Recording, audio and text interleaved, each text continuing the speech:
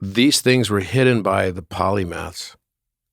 They were hidden by the philosophers, because to be a polymath is to be a philosopher. And remember, mathematics didn't mean study of math as number, study of quantity of science, right? It meant learning. So poly means many. Math meant learning. Polymath is many learnings. That's all that is. So the doorway to become a philosopher was to be a many learner. And once you became a philosopher, then you got into esoteric and wisdom and mystery schools. So the Egyptian mystery schools is where all the polymaths, philosophers went. Robert Edward Grant is the epitome of what you might call a Renaissance man. But that word has been overused and misused, and it doesn't mean as much as it used to. What it really means is that he's studied so many different classical disciplines, from mathematics to philosophy to geometry to theology to study of direct artifacts and experiences in the pyramids of ancient Egypt. And he's synthesized all of this information within himself so that he can share radical new discoveries about number sequences and about undiscovered things and aspects of paintings of Leonardo da Vinci to undiscovered inscriptions inside the king's chamber in Egypt, in the pyramids. This is a wild and incredible podcast. I can't wait to share it with you. I hope you enjoy it. The truth is that we're all the master, we're all the healer, we're all the mystic. Give it up one time for Aubrey Marcus. Robert, I had a whole way that I was going to enter this podcast, and then my wife brings out her Tibetan bowl and starts singing, and I have tears coming down my eyes because this typically happens to me when there's something that I've forgotten, even if it's temporarily. And I think in the last few days, I've been very much in my masculine, very much deciding, planning, plotting, doing things in a very active expression with very masculine archetypes and people. And as she was singing, it started to reawaken the feminine side of my soul. And as I remember, then the tears wash away the forgetting. And so here I am, and this is such a big part of your message and a message that's been encoded potentially for thousands and thousands and thousands of years, however far you want to trace back the Great Pyramid. So this is a big topic to start to enter. But ultimately, let's start there with this balancing of the feminine and masculine expressions of ourself, and then we'll get into all the mathematics, the necessity for being a polymath, or what they used to call a Renaissance man, and so many other ways and places I wanted to go. But just take for a moment about this necessity and this cathartic remembrance that, I just experienced. Yeah, that's really powerful. Thank you so much. That was amazing. I think that it was not long ago that I heard a great quote actually on one of your podcasts. And I think it was, I can't remember the name of the woman it was on your show, but she said that the one divided itself into the two for the joy of becoming one again. And to me, that's a really beautiful statement. And I would even expand it to say the one divided itself into the many for the joy of becoming one again. That was Emily Fletcher. And I think that this is the moment in time where humanity is going through that. Yeah. And this is, it's not just an optional choice at this point. Now it's time. It's time to really do this. And the consequences are at a stage where playtime's over. Recess is over, kids. Now it's time to really do the work. And I think a lot of people are looking at solving the problems from a purely technological standpoint, which all has its place. Yeah. Sure, if we want to remove the acidification of the ocean through some technology, or if we want to, great. I'm not saying not to do this, but I think the big move that needs to be made is a shift in consciousness. Because without that shift of consciousness, that's sitting upstream. That's the poison pill at the fountainhead of all of the things and systems that are, across the world. I couldn't agree with you more. And I think that we are a society that has become, at least for the last few thousand years, very dualistic in so many aspects. I mean, we've been in this age of Pisces, which is two fish tied together but going in opposite directions.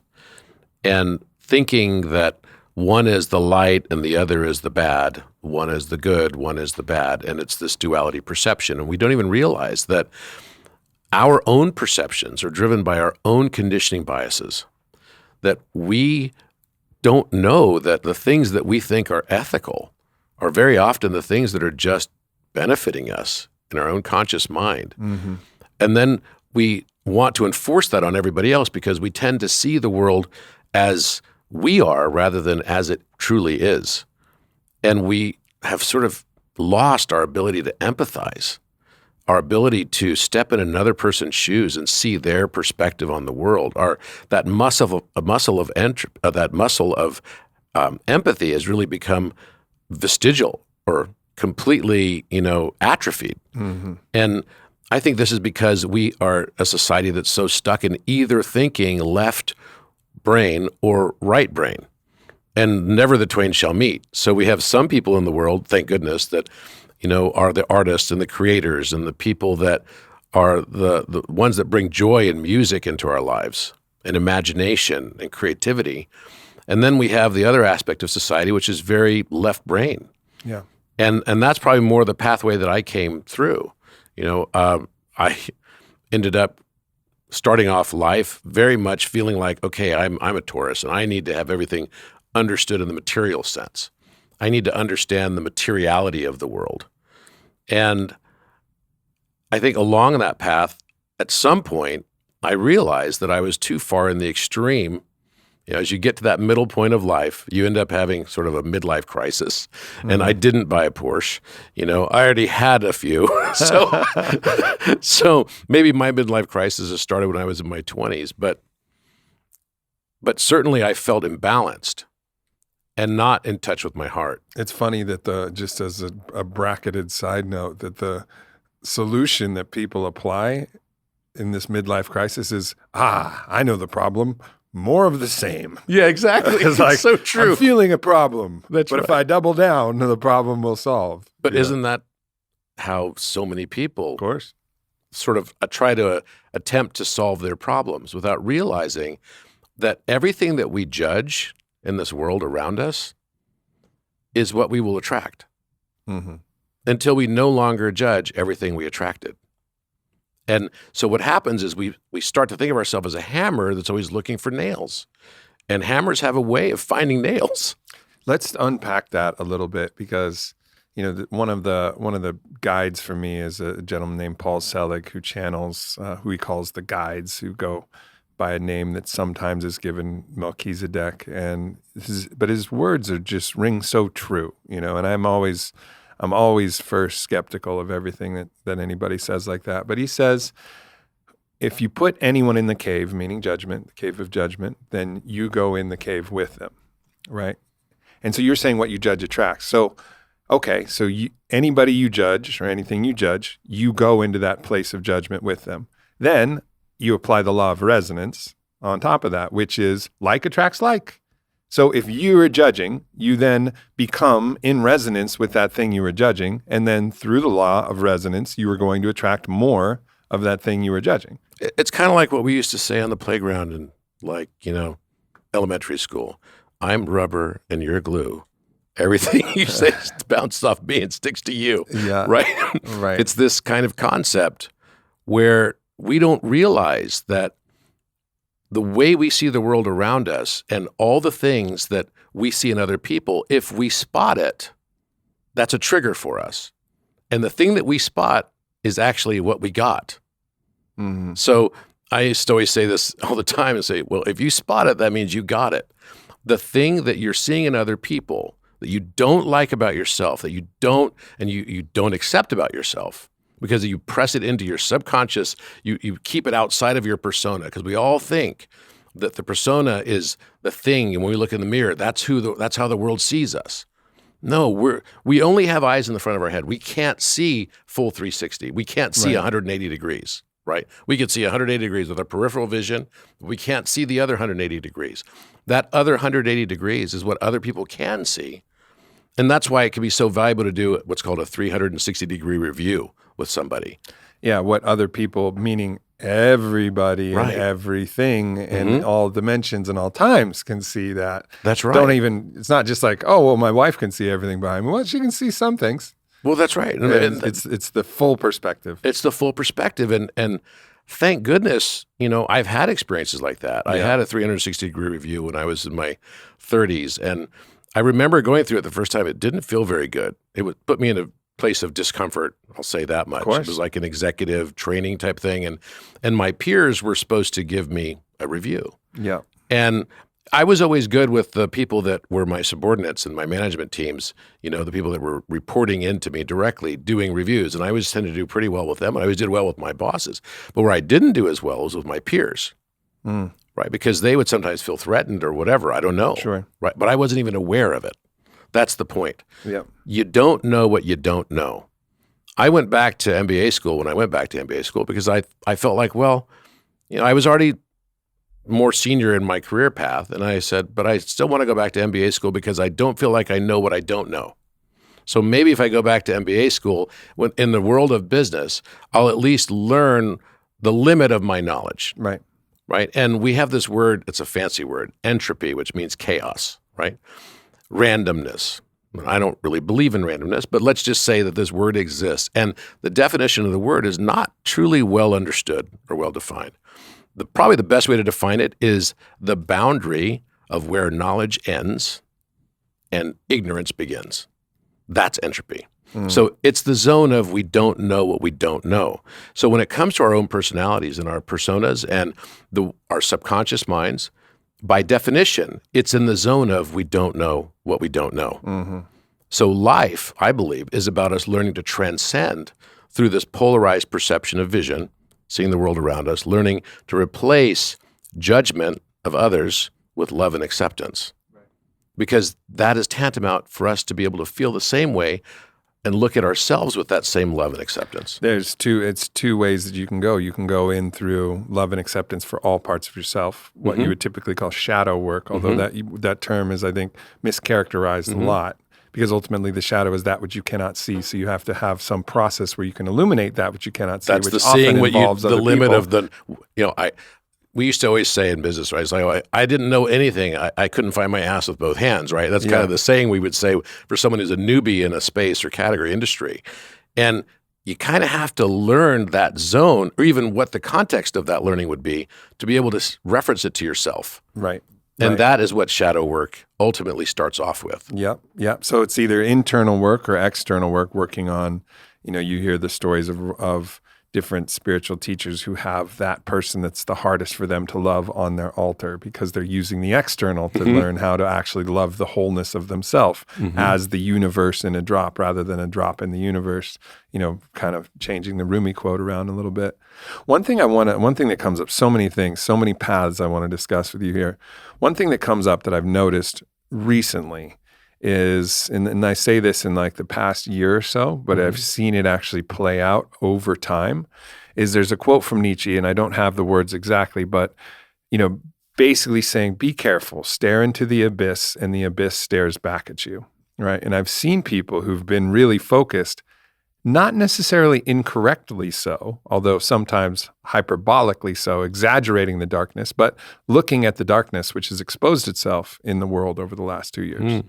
But they've looked so deeply into that darkness, so consistently, every day, every different article, every different way that they can look into the darkness. I've seen the darkness start to creep inside them, inside their own psyche, inside their own, and they're actually in this field, like you were saying, of resonance, where their own judgment and what they're looking at is then starting to actually change their characteristics themselves. And I think this is something to be really mindful of for all of us. Like, be careful staring into the abyss and only the abyss for too long, because it will start to change your very nature. You'll start to become in resonance with the abyss itself. Do you remember, I think it was, I can remember if it was Batman Begins or The Dark Knight. I think it's The Dark Knight, where the guy that played Two-Face, you may remember this, and it was in the one with Christian Bale as Batman. And there's a quote in it where he says, "Hope that you live long enough to defeat the villain, but not so long that you become the villain." Yeah, he says that to Batman. He says it.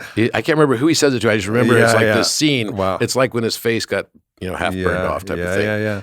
And I find that fascinating because again, it's this concept of we start off and we all have sort of somewhat of a vigilante in each of us, right? We want to do the right things. And which is also based on the hubris that we feel like we see everything better than everybody else and we should be the arbiter of justice. Totally. So let's get on Twitter and fuck that person up for what they said. No, I saw we know what they meant. I have a perfect example of this week. I have a friend who is super aware and super conscious.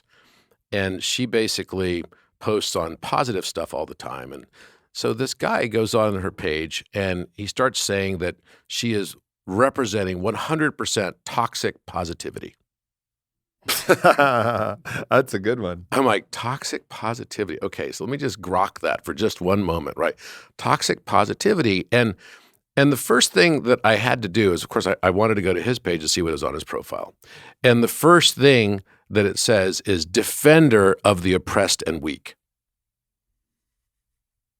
So this is kind of illustrating my point, right? Which is at a certain point, we can become the imp of the perverse and not even realize that it happened to us. The perverse, indeed. Right? We all want to be the hero, but don't realize that when we start to press our view of the world on the rest of the world around us, then it can take on kind of a very different feel, which becomes one of negativity. As you said, when you go in the cave of the person you're judging, you take on the characteristics of that cave. Yeah. You can't help but be sympathetically in resonance with that cave. Yeah. And what we just experienced, right, where we had this beautiful song and everything, that put us in a sympathetic resonance of heart space, right? Yeah. Which is I'm still trying to pull myself out of right now. Thank you. Yeah. Get back into my left brain, damn it. And but basically, I think we all fall victim of that. We don't even realize when it's happening to us because it's in the zone of we don't know what we don't know. Yeah. There's a concept in, the Kabbalist mysticism in the Zohar, and it's the idea of the Sitra Achra. And the Sitra Achra is somewhat translated as the upside down, but more literally, it means to, instead of being face to face with the divine, which means in the light, in the truth, in the way, I guess if you wanted to say it from Jesus's terms, which I don't know if my Jewish ancestors would appreciate me quoting Jesus. He was Jewish too. In this term, he was. He was indeed. But ultimately, like face to face with the divine, which is looking at the light. And that means seeing that all is of God or nothing is, as Paul Selig says, like it's all part of the divine emanation. And so to actually have perspective, you have to see everything from every perspective, or at least even if you can't articulate it, feel that thing. That's face to face. That's the opposite of Sitra Achra. And the moment you move into your separate self, which is to shut off at least the side of your face from the divine, that's creating distortion. So the prism, instead of being a clear prism face to face with God, the prism has distortion. And the farther you turn away from the divine, the face of the divine, the deeper into Sitra Achra you go. The deeper you go into the upside down, because the more distortion is created until you've literally turned your back on the divine, which means that you believe as your separate self that you are the divine, denying the unity, the interbeing, the state of interbeing that you are with the rest of the world. And then so you're in the deepest distortion because the light is not, it's obviously still penetrates through, but it's all distorted. And I think this is the place we're in. We're recognizing that we've all turned our face from the divine in a huge way. And frankly, for good reasons, because God has been one of the, quote, God, and I've said that with quotes, God as told by the church has been one of the most oppressive forces in human history, right? Which obviously isn't the God that we know in our hearts, that is our hearts, but that force itself has actually twisted us and turned us away from actually even the understanding of God. And then now we're living in this reality where, we're in the Sitra Achra. And now it's time to turn our face back towards the truth, the light, and the divine. And that's kind of what we're all trying to do, is bend our eyes back to the truth. It's interesting. If you go back thousands of years, I can imagine a shepherd on a hillside, probably somewhere in the Middle East, maybe even, either in the Fertile Crescent or maybe over, somewhere on the Mediterranean where Israel would be today, or Palestine, whatever you want to basically refer to it as, that area. And one man saying, okay, my grass is greener, but when you're there, have you been to Jerusalem? I got to take you.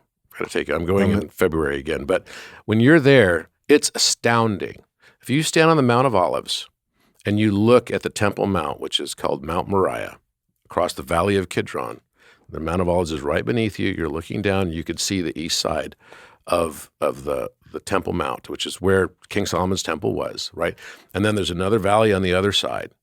You really are astounded by the fact that if you just look behind you, you're at the top of the mountain on this side, it's all desert. It's all desert. I mean, there's nothing there. It's nothing. All the way Dead Sea. It's nothing. Then as soon as you're on this one side of this mountain, all of a sudden the climate's completely different. It's like this oasis in the middle of the desert. Now, you can see why people fought over this land, because it was about survival. Right? It's 100% about survival. So let's say you're a shepherd and you have this flock and you're like, well, this year, the sun's been kind of harsh on my side of the hill. My neighbor over there, he worships a different God. And my God came to me in a dream last night. His grass is really green. And my God came to me and said, you know what? I need to kill him and consecrate his land to my God. And that's a righteous act. We're talking about, since the beginning of time, the most heinous acts that we can even contemplate in society have been started with that line of thinking. Yeah. And the conflation of true God with the ego's self-serving bias and the ego's inflationary tendency to be, I am the only God. That's right. So I'm the defender of the oppressed. I'm the defender of the weak. And I'm the defender of my God. And this concept, I think, is what has been so challenging for humanity. Right. And I think it's a construct that's very much tied to dualistic thinking, right? Yeah. And I think where we're now transitioning towards is to be able to see more perspectives, more viewpoints. And I think the doorway for me personally was drawing geometry. Yeah, I want to talk about that. That's, I think, very important, and also all of the different decoding you've done of all of the people who've been leaving us clues along the way. But just to stick with this point and double click on it one more time, I mean, when Jesus was saying, "Love thy neighbor as thyself," what he was pointing to was the true nature of the divine, which is that you are me living a different life. So killing you is killing me, and so ultimately, we have to figure this out and say, you got some grass over there. And they got to look at you and say, like, I got some grass over here. I am you, you are me. Exactly. Let's work on this together. Exactly. Let's fucking figure it out. And in that way, both could be part of the same thing. But in this identity, the self-identification of separateness, separate God, separate self, separate this, then the natural inclination is war, conflict, rather than cooperation. Yeah, we just lose sight of the fact that I tend to think of the universe less as a universe and more as a U-inverse. So if you start to think that because I can't separate myself from my own conditioning biases, I can't separate the lens of my perception from all of the history of my nurture and nature experiences, right, and my genetic code, and all the things that come along with that. If I can start to think differently about, can I put myself in another person's shoes? And if they go back then to the same, you've been quoting Jesus, so I'll go ahead and quote too. By the way, today is a very special day because today is the National Day of the Rose, right? The National Day of the Rose, which is representative of early Christianity also, amongst many other things. And something that's really important about this is this concept of sacrifice as well. And Mary Magdalene's symbol was also the red rose, but so was the Virgin Mary's symbol. There, you've got it right on your arm.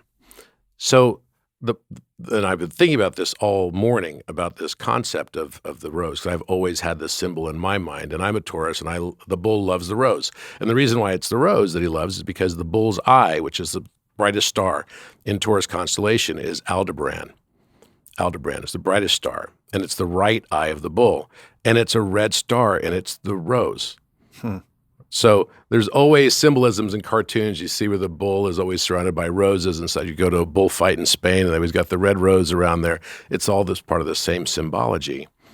Well, what we all do not recognize is that the things that we're judging in other people are the things we don't like about ourselves, and that this universe is really a U-inverse of projection of your subconscious mind and the sum total of all your conditioning biases. So instead of judging these things, we should learn to love and accept it, which is exactly what Jesus taught. He taught 2 great commandments. Love the Lord thy God with all thy heart, might, mind, and strength. The second is to love thy neighbor as thyself. Might have been one commandment. Might have been one. Might have been one. And that's the secret. He's saying the same thing twice. And there's a provided however that. It's like a contract that's got a provided however that, right? The provided however that is, judge not, lest ye be judged with the same judgment that you cast. And the ye, in this context, when you actually read it in the original text, can easily be translated just as you said. It might be the same thing between neighbor as thyself and yourself, right? God as well, love God. Actually, could also mean lest you judge yourself with the same judgment that you cast on others. Because you are. Because you are. I am that. I am. One of the great things is funny, when Donald Trump became president, I'm not a Republican, I'm not Democrat. I'm independent. I'm absolutely like middle of the road on this one. So, but I had a hard time when Donald became president, I'll be honest. I had a hard time with it because I'm like, geez, why can't he just like communicate a little differently? Yeah, just come on, man. Come on, man. Right? I know. It's like I was like, and it's on, again. And I've met him. I've met the guy just, 20 years ago or something, and he wasn't a bad guy. He was actually like a very personable person. And everybody that's met the person says this about him. But I also knew Mitt Romney very well, right? Because at one point in my career, the Republican Party asked me to run for U.S. Senate. And I said, well, I'm an independent. And they're like, yeah, but we know Republicans can't win in California. And it's funny because I didn't run, and the person, I decided not to do it after I had worked on a few campaigns just to see what it would be like.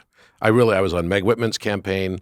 I got involved with hers, and I got involved with Mitt's. And I just watched the process. I was like, no, thank you. Like, run. Right? Yeah, no, thanks.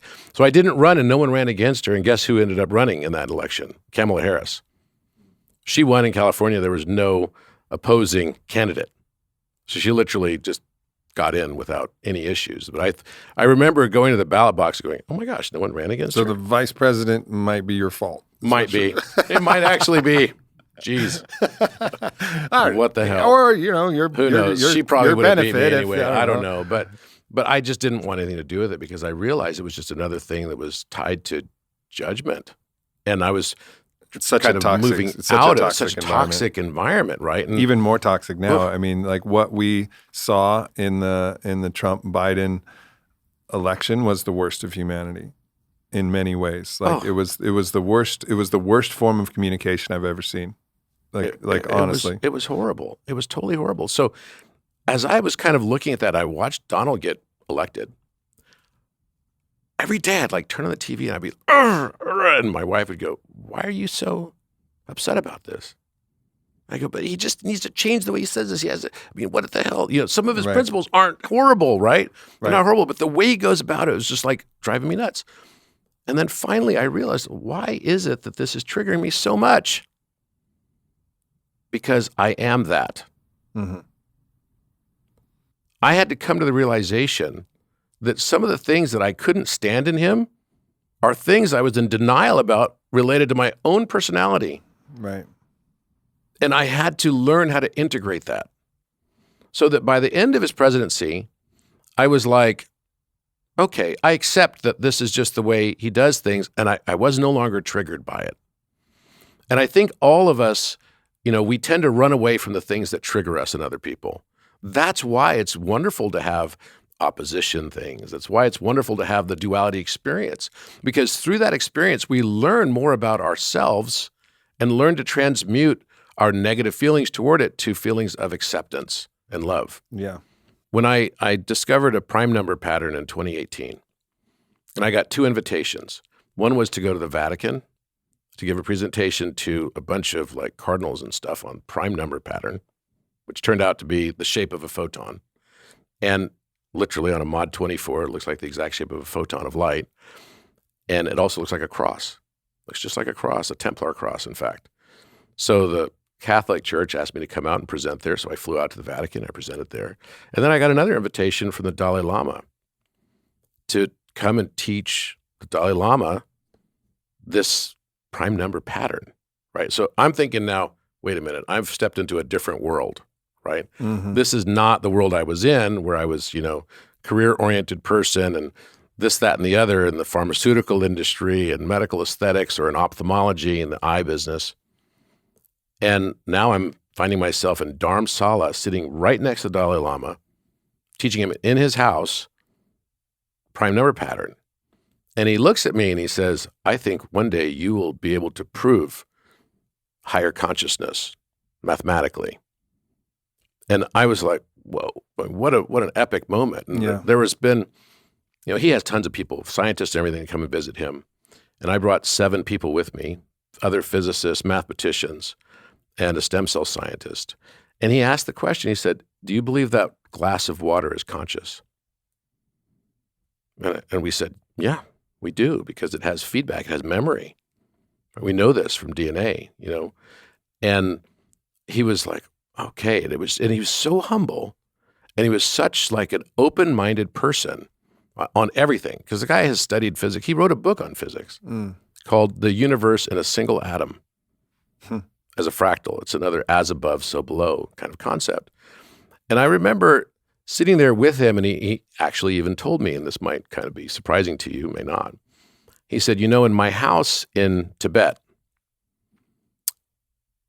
I have the records of when Asa visited Tibet 2,000 years ago. Who's Asa? Jesus. Yeshua. So the name they wrote it as in their language was Asa, who was from Palestine. And he actually told me of the records that they have where Jesus came, and not only did he come to Tibet, and he spent something like 12 years there. So this is that time period between the time he was 12 years old until he was 30 when his ministry began, right? There are records all over India where he visited Jainism, learned Zoroastrianism, learned Tibetan Buddhism, right? And was very much trained in all of those things as a monk. According to His Holiness the Dalai Lama, they have the records of that entire story. I was fascinated by that, because when you go back to ancient Israel and you study what was the Old Testament about, the Decalogue, right? The Decalogue is the 10 Commandments. So you probably know the Baruch atah Adonai Eloheinu melech haolam, know all of the Hebrew prayers, etc. I speak Hebrew as one of the languages I speak, although I'm not Jewish. But I find it to be a very fascinating language. No doubt. Numerically oriented and based. And when you actually go back and look at the time period of when Jesus was born, the language they spoke then was not Hebrew. It was similar. It was Aramaic, right? That was a period where the Pharisees and Sadducees had so much control and power over the land, right? It was ostensibly a colony that was controlled locally by theological sort of leanings. They had King Herod also during that time, who was, pretty much kind of a tyrant, right? I mean, obviously anyone that goes around and, like in the Bible story, and has all the young children killed because they might be someone who might replace him type of thing, not exactly a good guy, probably. Yeah, you could put him in the tyrant category. You could put him in the tyrant despot category. Okay, yeah. And so what happened over there at that time, you had from Moses on the Decalogue, the 10 Commandments. Here are the things that you can and you can't do, right? You shouldn't commit adultery. You should not murder someone. You should not steal, right? You should honor your parents. All these things that are in the 10 Commandments. And then off of that, you've got Leviticus, Numbers, Deuteronomy that are giving you all these rules. And if you take it to the nth degree level, all the way to like a orthodoxy of, Judaism today, you can only take so many steps on the Sabbath. You can only do so many things on the Sabbath, on Shabbat. This is the backdrop where Jesus comes in and says, in a very Buddhistic way, that. Love everybody. Yeah. By the way, that thing you heard about, like, eye for an eye, tooth for a tooth, which was that Old Testament thing, I know that was like, that's so yesterday. Here he was at the precipice of a change of an aeon, right? Going from what had been, 2,000 years of Aries, right? Which was about wars and conquering, right? And then 2,000 years before that was a Taurus age. So we're talking about 2,160-year blocks of time across a 12, period precession of equinox, which is 24,000 years. 26,000 on the long cycle, 25,920, and 21,600 on the short cycle. So the closer we are to our sister star, Sirius A, right, and B, we're 8.6 light years from there. Time tends to go faster, right? You've seen how binary stars go like this, and they kind of go through this thing where they speed up. That's where we're now heading into, right? That's exactly the stage we're heading into. So you've got this backdrop of total duality. You've got this backdrop of total eye for an eye, tooth for a tooth. Your enemy should die, right? And without even recognizing that it's not really that God is saying that, they think that benefits them, right? They think it benefits them. And Jesus comes and says, no. Love thy neighbor as thyself. Yeah, which is the messianic consciousness. Messianic consciousness inherently turns the tables over of systems that are no longer functioning in the right way. And we're once again in the age in that exact same situation. The age of messianic consciousness, where it's time to flip the fucking tables. It is. Because the logos of our time is no longer working, and a new operating system needs to be applied. And, this is where we are one more time again. And it's a different time with different rules. And it's one of the things that I really appreciate about the deeper lineage of Solomon that goes kind of underground because of the way that there's, and so this actually leads into the ways and things are encoded because of the oppression of the status quo and the systems that be oftentimes religious, but sometimes state-oriented. A lot of the most potent wisdom had to go underground. And that was like a time capsule waiting for a time where it could be actually unearthed and revealed. And so it's hidden in the Aramaic and Hebrew texts. It's hidden in the Song of Songs of Solomon. It's hidden in all of these places. And now, instead of it being carried through these codes, now it's time to, now we need to decode the codes and flip the tables over and enter a new stage, which requires, again, the messianic consciousness, which comes when one is in contact with their own divinity so that they can actually listen to what God is speaking through their heart and say, like, no. And all the knowledge and all of that is synthesized, synthesized in the heart. And they can say, okay, now is a time where we get to change the game. Now is the Aquarian Renaissance. Yeah. And what an exciting time to be alive. Through my crazy travel schedule, I have learned that I want to travel light and effective. And one of the best ways to do that is to travel with all of Onnit's instant collection. Alpha Brain Instant, New Mood Instant, Hydratech. It's super easy. All you do is you tear off the little strip here, you pour it in water, and you get the instant effects of these formulas that we worked on for a decade. Formulas that I don't want to leave home without, that can help, in the case of Alpha Brain, get you more focused, put you in this productive flow so you can get the shit done that you want to get done. And of course, New Mood to help you relax, stay calm, stay centered. It's the great yin yang of the Onnit formulas. And of course, Hydratech, anytime you're sweating, working out hard. All of these are available onnit.com/Aubrey, and you'll save 10%. Once again, that's onnit.com/Aubrey. One of my favorite quotes is by Ralph Waldo Emerson, where he says, if there were any one period in time one would desire to be born in, is it not the age of revolution? when old and new stand side by side and admit of being compared, when the energies of all men are searched by fear and by hope, and when the historic glories of the old can be compensated by the rich possibilities of the new era, this time, like all times, is a very good one, if we but know what to do with it.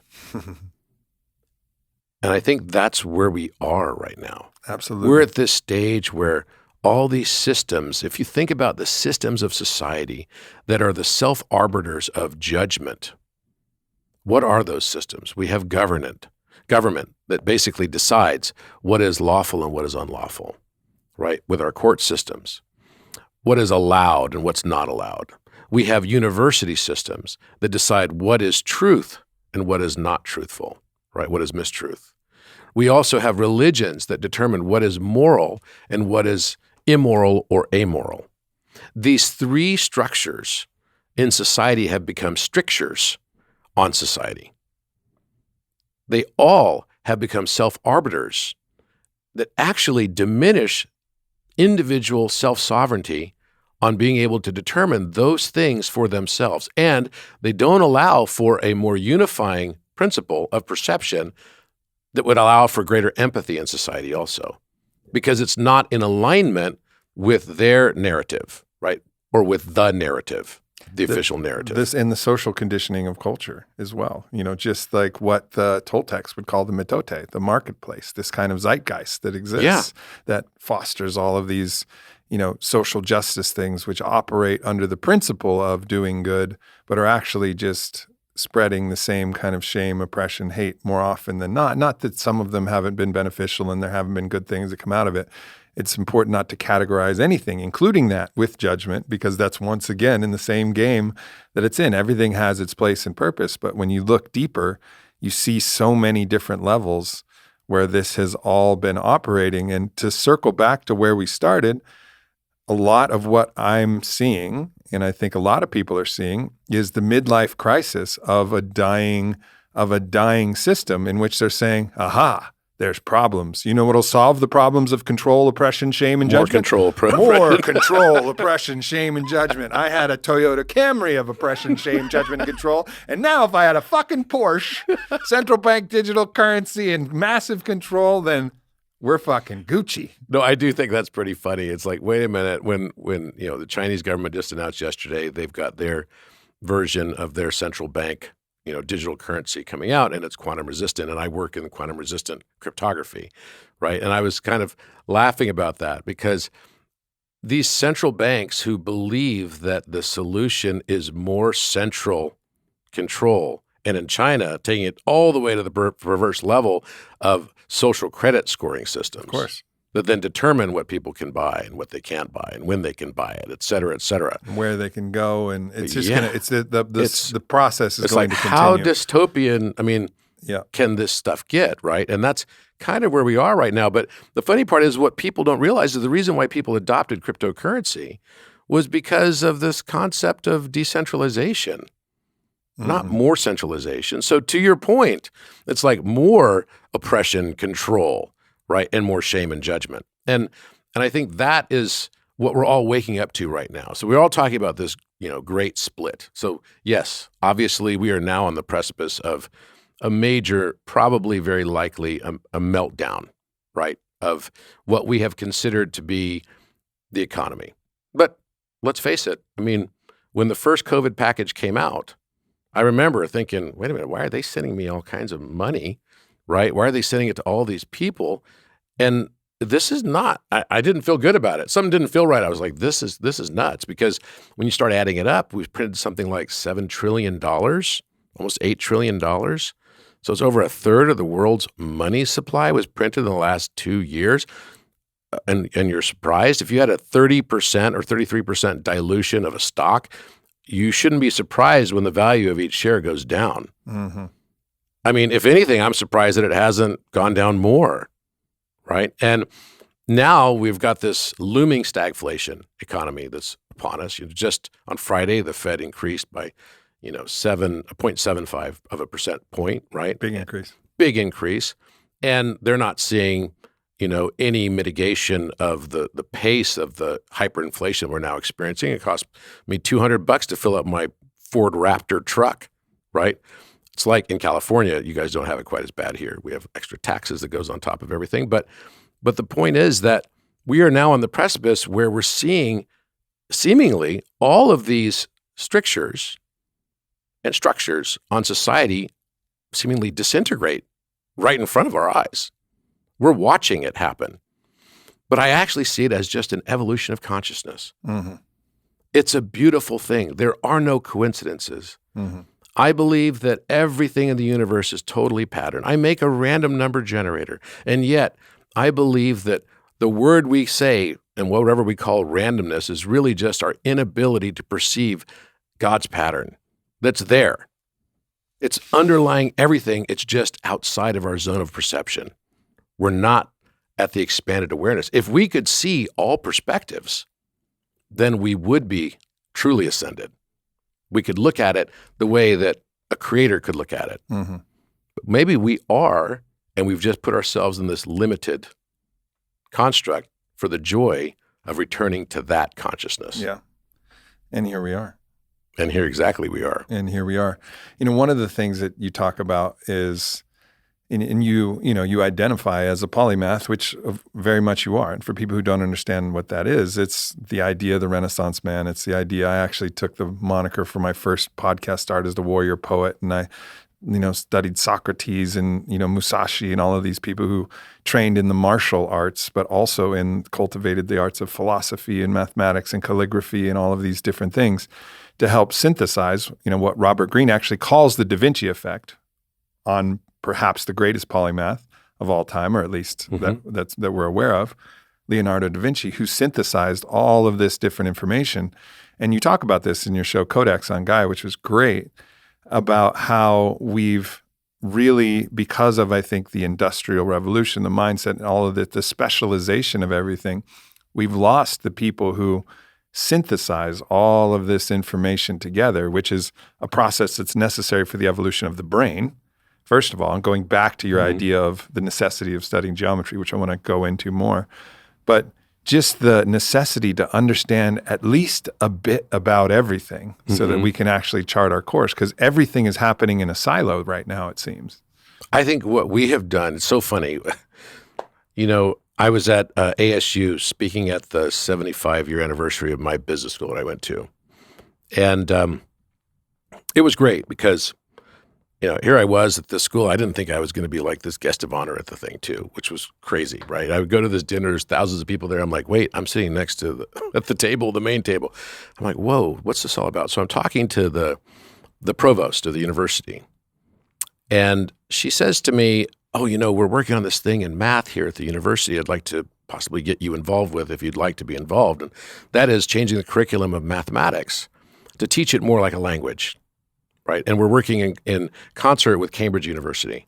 And I thought, oh, wow, that's cool. I teach a course called the etymology, which is a linguistic way of looking at, I speak 8 languages, and I looked at math as a language. So I rewrote the teaching of it as a language. And it's changed. I can't believe how satisfying it's been for me to get thousands and thousands of letters from people saying their entire relationship with math has changed. They see it now as a language of communication that a human being, I don't even consider myself a mathematician. I consider myself just a human being who's learning the language of the universe that I live in. That's it. And watching people shift their perspectives on how they see math, going from hating it to, oh my gosh, it's everywhere. And the universe is always talking to me now.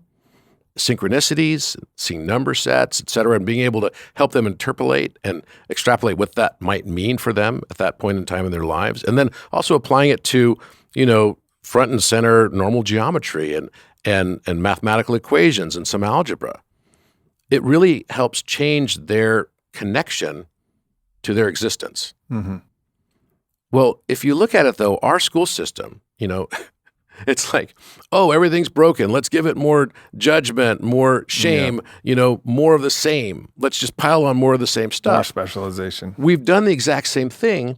And we look at China and we say, okay, China's our competition in a way here in the United States. And I don't really see it that way. I lived in China, but we say we need to focus only on math. We need to focus on math and science in the schools. And They think by cramming more math and science down people's throats that we'll do better in our standard test scores. Actually, the opposite is true. Wrong. Guess what? If you go to China, what you'll actually find is that you've got a bunch of people over there that are really good in math, but they're equally good in music. I remember I lived in Laguna Beach, and my next door neighbor was this Vietnamese family that was a cosmetic dentist, and his wife is a gastroenterologist. And they had 2 kids. One of them was like 13, and the other one was 15. And I would listen to them both play piano like all afternoon, right? They'd stop by about 9 o'clock, but they would just pound on that piano all day, and they're playing like major stuff, like concert level pianist type stuff. I later found out that I thought they were in high school. They were in med school at UCLA, right? And they aced all their math tests too, which you don't find a lot of doctors who are really good in math. It's just like you don't find lawyers that are good in math very often. But they're like playing piano, and it's because the mind, across the mind center in the exact same spot. So on the right brain is music, right here, right above the temporal region, the temporal lobe. Right on the other side of your brain is the center for mathematics. So in the left brain, if I'm right-handed, center for music is exactly the opposite of it. And where does geometry sit? Right in the center. So geometry is right where your pineal gland is.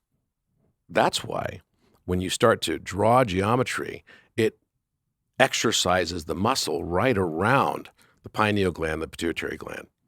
That's when you start to build this Merkaba that then turns on, and you actually start to get access to a field, an Akashic field. But in order to do that, you can't be imbalanced. It's like an athlete. You're an athlete. If you only worked out half your body, how good of an athlete would you be? Or worked it out in fixed patterns of movement, like with all the Cybex and Nautilus machines that came out in the 80s and 90s, where you're just in super fixed patterns, and then they're creating imbalances. You're just doing the same motion over and over. Yeah. And then you get out on something where it's actually testing your body in the dynamic field of competition and actual athletics, and it doesn't work. It doesn't work. So if you think about that, I mean, it's sort of like the Popeye effect. Remember you'd see Popeye and you have this big, arm like right here, it's like this giant arm, but then the rest of them look kind of like scrawny. And you want to be a balanced athlete above and beyond all else. And to be the balanced mental athlete, you have to understand music to be able to integrate mathematics. And by the way, our brains work like a spiral. So the more, like when I'm trying to solve a big problem mathematically and discover some new mathematics, for example, I don't try to go at it just by studying more math. I'll never find it that way. I go into music, I go into physics, natural sciences, I go into art. I'll start drawing something artistically. When I can start to bring the balance up of my overall mind centers, each one is becoming exercised then through this context. That's when I'll discover some new math. That's when I'll discover some new physics. That's when I'll discover something that has potentially a profound impact. So what we've done is through this hyper-specialization thing, we've cut all the music programs. We've cut all the artistic programs. We don't fund them anymore because it's not driving hardcore test results. But the fact is that it's that music and the arts that will actually bring the better mathematical results out. And this knowledge has been lost. And if you go into history, who were all the great philosophers in the Greek period? Aristotle and Socrates Right. So I'm a big fan of Plato, right? I'm a big fan of Pythagoras. I'm a big fan of Socrates. I'm a big fan of Aristophanes and Democritus and all the many, many different philosophers. So we refer to them as philosophers. Today we have a degree that you can get, Doctor of Philosophy. I was a Bachelor of Philosophy and Classical Civilization, my 2 majors. Philosophy and Classical Civilization. So today in university, the definition of philosophy is totally different from what it used to be. Just like the word mathematics used to mean something entirely different than it means today.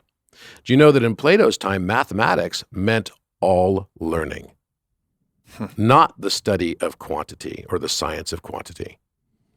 It was Aristotle who changed it. because Aristotle wasn't as much into geometry. He wasn't as much into the mathematics side, even though he was one of the proteges of Plato.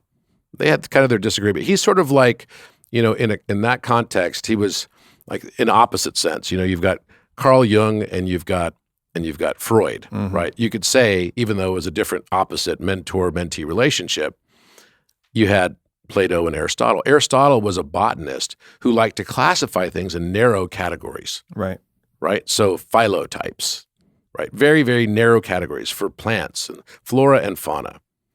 Well, you've got Plato who says, oh, all is number. Yeah, he was the mystic. Same with Jung, more of the mystic. Yeah, he's like, I went in this cave and it was like allegory of the cave and I saw all these shadows and I realized that, wait a minute, there's a whole world out there and it relates to the realm of forms.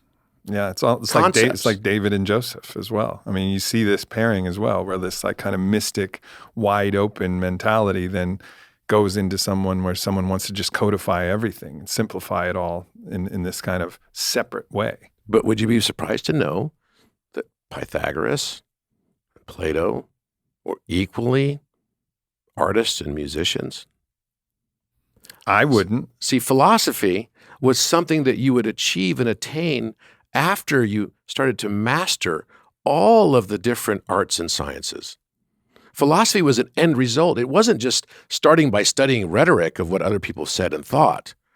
It was coming to those conclusions philosophically through a broad matrix of understanding of information, which then brings your brain to a balanced position. So most people think that our brains are radio. I mean, most people believe that our brains rather are hard drive storage devices. It's like I've got a hard drive storage on my computer. I'm going to pump as much stuff in that thing as I can until I find out there's not any more space, and I got to figure out something's got to go out of there, right? Or I'm going to expand, get another hard drive. Well, we can't get another hard drive.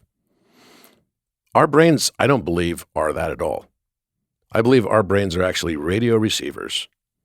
And the way we learn how to attenuate, how do we titrate that signal to its perfection, is by learning how to balance that muscle as an antenna. Mm-hmm. And once we can balance that muscle as an antenna, the only way to do that is by getting to learn learn a little bit about everything. Yeah. Right? Get a broad perspective. And in order to do that, you have to open up your mind to seeing and feeling other people's viewpoints and perspectives. See the world through a poet's eyes. See the world or feel the world through an artist's eyes. And, there's a great saying that I love to use all the time, which is when the heart thinks and when the mind feels, the river of wisdom flows. Wisdom is a result of this study of all these things, a lifetime of curiosity. And it shouldn't end. These were all guys, we stopped studying geometry when we're in 10th grade. Literally.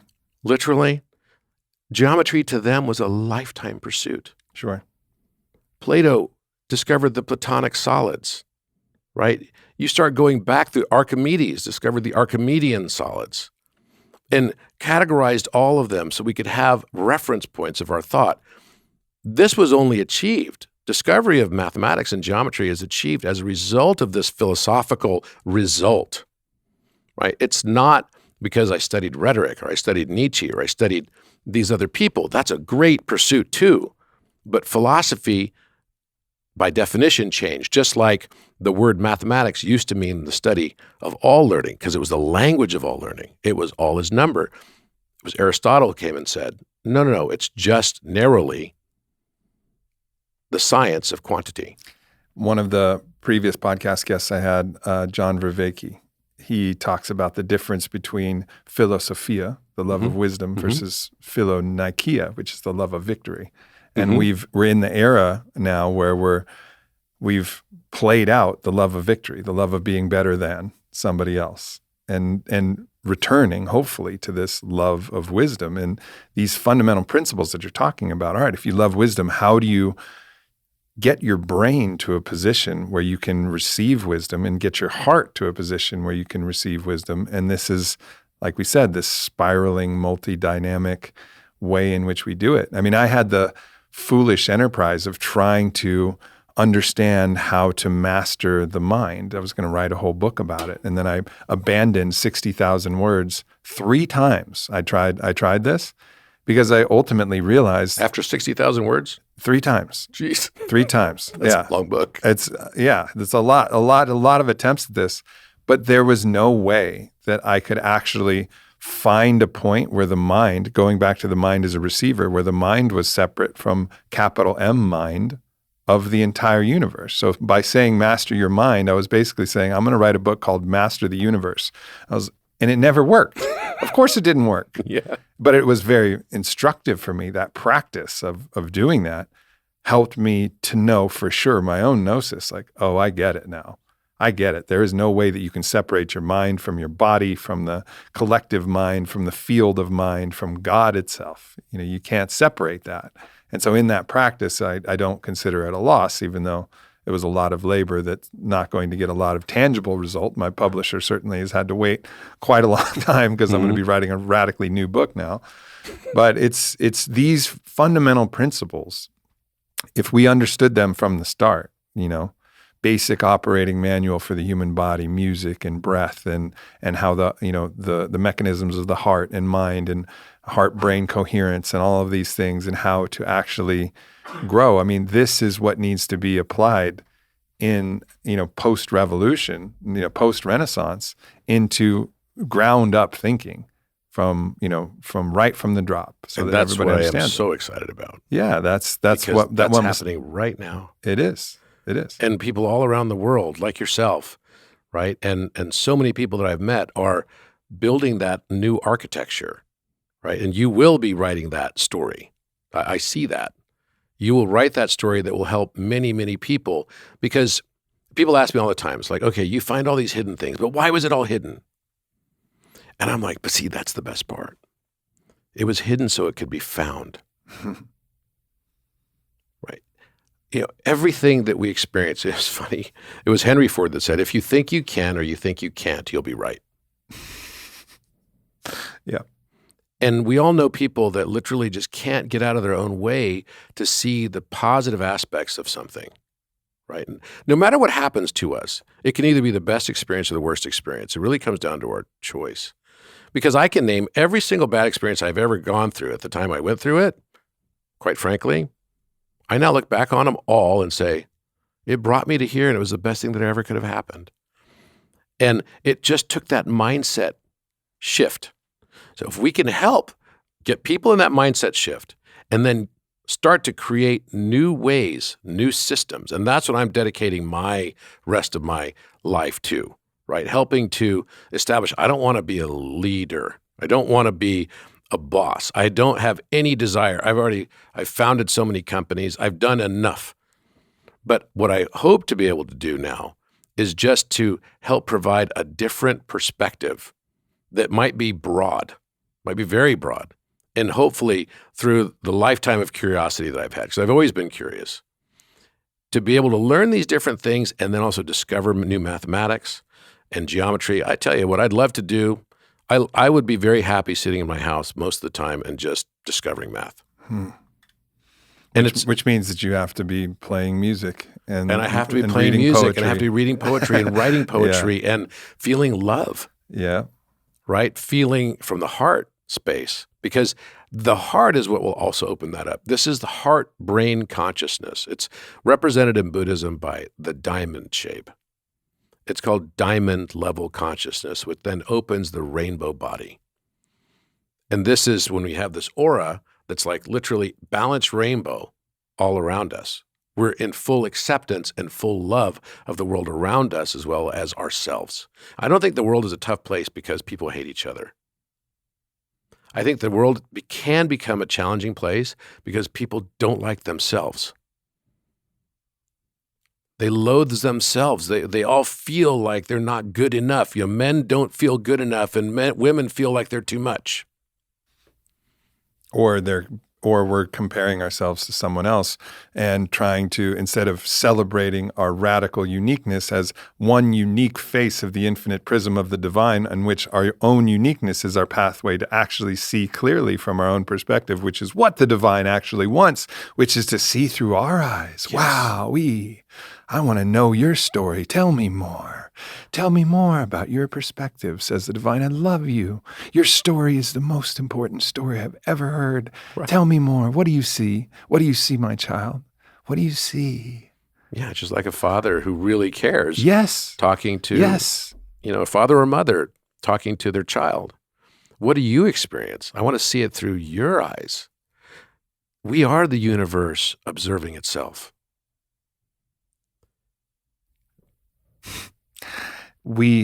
I understood recently in a psychedelic journey that was very powerful for me. I understood that this is a very personal revelation. I understood that there was some way in which I was unwilling to receive the love of the universe that was all around me all the time, and it broke my heart when I understood that. And my wife was there with me, Vailana, and she said, why? Why? Why aren't you willing to receive? Receive fully. And what came out of my mouth shocked me. I said, it's a grievance with God. It's a grievance with God, because when you receive fully, that's the greatest gift to the giver. That's where you receive, it's giving back. It's because when you give a gift, what is the thing that you receive? Yeah. You receive the receiving from the give. The giving and the receiving become collapse into one unity. And I was not willing to give God back the gift of my receiving because I had a grievance with God. And my grievance with God was because I had projected God onto parents, onto other figures, paternal-like figures in my life who'd let me down, who didn't look at me, like we were just saying, and say, tell me your story. Yeah. Tell me more. They didn't say that. Of course not. They're just people. They're just doing their best, and this consciousness wasn't around. So I had projected my divinity, my understanding of divinity, on all of these people who had let me down, and then therefore I had a grievance with God, saying, God doesn't care about me. And so I wasn't willing to actually receive because I was withholding through a petty act of vengeance towards what I deemed God because of all of the projections that I'd made. And so I understood that the remedy was then to to take all of these projections of all the places where I'd projected the divine and say, no, mom, dad, all these friends and teachers, you did your best and I love you for that. But let's push all of that back to the divine and know really what the divine love is, really what that feeling, what truly the true divine is saying. And so beautiful. And in that, I was like, oh, okay, I get it now. I get it. And I can't say that snap my fingers and all of my everything changed, but that deep understanding was really potent. And, I think we can't help but project divinity upon these figures in our life.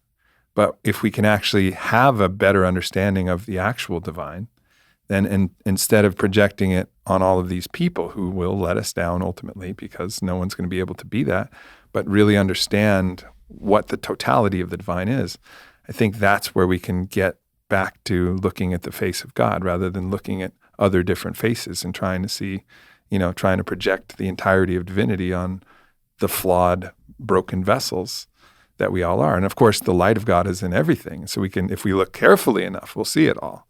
But that's part of the art. That's actually probably what so many of these Teotihuacan and pyramids and all of these things were actually trying to teach us how to do, right? I love how you just said the totality of the divine. Because I went to dinner about a year and a half ago with my best friend. His name is Boaz. Funny, right? I mean, there's interesting name. It's from the time of King Solomon and also King David and so the Temple of Solomon. The Temple of Solomon had two pillars on the outside. One was called the Boaz, and the other one was called the Jachin. right? So Boaz means in Hebrew, in him there is strength, right? And you've got these two bronze pillars that went very, very high up for that building, which was this, all with golden ratio proportions and everything. And while I was having dinner with him one night, and he's from Israel, but he's been living in the States for a long time. And he said, Robert, he goes, I think it's time for you to embrace your feminine. And I said, well, what's the context that you're saying that? And he said, well, he goes, it's time for you you've been working and working. You've been sowing. It's time for you to reap. But you won't reap the harvest until you can embrace the divine feminine within you. Because it is a masculine orientation to sort of take, right? It is not a masculine orientation to easily receive. So men so often have a hard time accepting compliments. And that's just like the analogy you gave of someone giving you a gift. What's the way to receive a gift? Well, you just express gratitude for the gift. But so many men will say, oh no, when someone throws a compliment their way, they'll say, oh no, that's not true. That's not true. Da, da, da, da, da. And that sort of just Deflection, diversion. Yeah. When the way to accept a compliment is just to receive the compliment and say, thank you so much. That means so much to me coming from you. Or to receive a peach. Or receive a peach, whatever, right? We just can't receive that from God. Yes. And so the thing is that we feel like we have to work for everything. Yeah. It's a very masculine trait. I got to toil. I have to suffer, damn it. I've got to work my ass. Even when we're working out, it's like, I got to feel the pain. I got to tear all the muscles and everything. And then I know that I'm alive. And, in my work world, people used to say, dude, you like to take risk. And I did. I had a super high tolerance for risk. And I had to analyze that one day. And I said, why do I like to take risk like that? Not like crazy risk, but calculated risk. Sure. And as I thought about it, I thought, well, if I'd gone into a different line of work, let's say I wanted to be, someone who climbs El Capitan, right? Or Mount Everest, would I still take those kinds of risks? And I determined that I would, because there's something about being on the edge of that cliff. If you've never been rock climbing, it's a pretty terrifying thing. But there's something about being on the edge of that cliff that brings you to this place where you're alive. Mm-hmm. You sleep on this knife so that you can experience what it's like to be alive. And that is a very masculine thing. It's also part of embodying responsibility and providing for family. And I remember the day my daughter was born, I held her in my arms. I made it 1 minute before her birth. It was in my TED Talk. And the next day, I was like, okay, I got to get back to work. Not because I didn't want to spend time with my daughter, but because I had this mantle of masculinity and responsibility just descend upon my shoulders. And dude, you got to provide. Just like a mother feels this strong urge to nurture and be a mom. Part of being a father is to provide and to manifest. So I immediately went into that mode without even doing it consciously. So from that point in time, all the way until my friend sat with me and said, you need to learn how to receive. You need to embrace the feminine within you. That was like a wow. Because then I realized, you know what? I wasn't good at receiving. Because I felt like I had to suffer and I had to work in order to win. So it wasn't Philosophia, lover of wisdom, it was lover of victory, Philonikia. And that was exactly it. So I think that's a beautiful thing. I think today men are so confused on what's allowed in society and everything. We're all like, what the heck, man? The world is not anything like it was when we were kind of growing up. And if you say something just slightly wrong, everyone gets so hyper offended. And I think that's again, if you get so hyper offended at something, that's your issue. Yeah. The world needs to learn how to like get over things and stop being so, judgmental of themselves, because that's ultimately where it comes from. It's they're judging themselves, and so then it becomes this vocal, outspoken kind of attack on society where it's not even intended. For me, 9/10 of the law is intention. If someone doesn't intend to like hurt you, maybe they're just stuck in an anachronistic way of thinking. They're not intending to offend people. I don't even remember the last time I was ever insulted. I don't think I've ever been insulted. Because it's your choice. Yeah, but that was just the philosophy and perspective I took. It's not because I was a white guy, who's part Asian. And no, it was just because I didn't perceive it as an insult. And I think the invitation is to, and I think the practice is, as Rabbi Gaffney has been teaching me, I think it's in the lineage texts, it's called Simsum, I believe is the name, and it's the liberation of the sparks. So even in these movements of people taking offense and the social justice and the, quote, woke culture, if you want, there's a spark that can be liberated from all of that, of like the impetus for things to be right, for things to be just, for things to become in balance. And there's a way that even in some of these broken systems, like it's our invitation to liberate the spark from all of these things, like liberate the light from the broken vessel of what's happening, all of the shards of broken glass that are cutting people and hurting people. But somewhere there's a spark.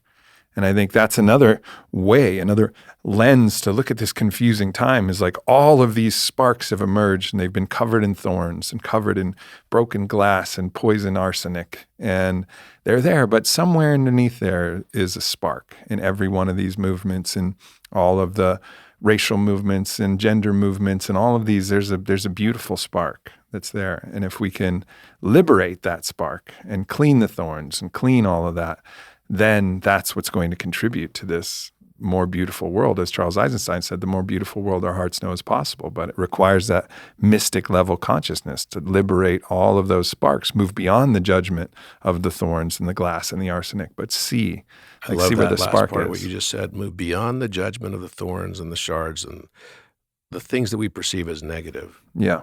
I think a transcendent stage that we achieve when we start moving into non-duality, because things come along with this. We're going through a global awakening right now of the throat chakra. The throat chakra is all about order and structure. There are 3 levels of the throat chakra. There's a self-awareness level of the throat chakra. Then that transcends and goes up to a self-actualization level. But that's where manifestation starts to really come into play. And the voice plays a big role in manifestation of ideas. But it's still subjected to a time continuum.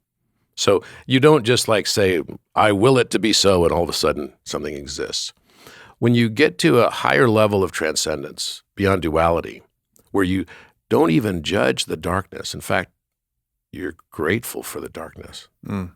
Because the night is darkest just before the dawn.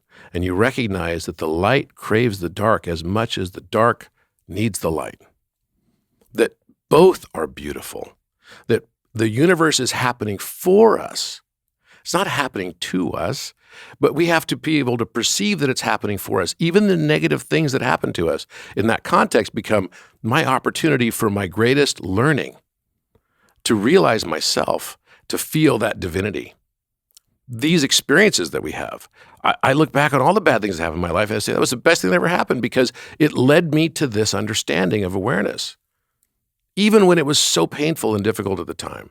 And I know that's hard. It is so hard. It was hard for me too. Of course. I went through terrible times like that.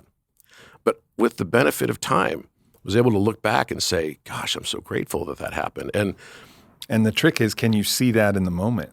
Can you see it in the moment? Can you be grateful in the moment That's rather right. than in hindsight? And that's the art of having, hindsight is foresight. Oh, I will be grateful for this later, so let me be grateful for it now. But isn't that beautiful when you can get to that stage and realize even what's happening in the world right now, I'm grateful that we're having this darkness because that is bringing the emergence of light. The next layer of the throat chakra is self-transcendence. Yeah. And there's a new chamber in the Great Pyramid above the Grand Gallery and above the King's Chamber. We know there's a void space there. And we, with our research team, have lovingly referred to that as the magnum opus gallery that takes you up to the Theodorus. The Theodorus is the name that means gift from God.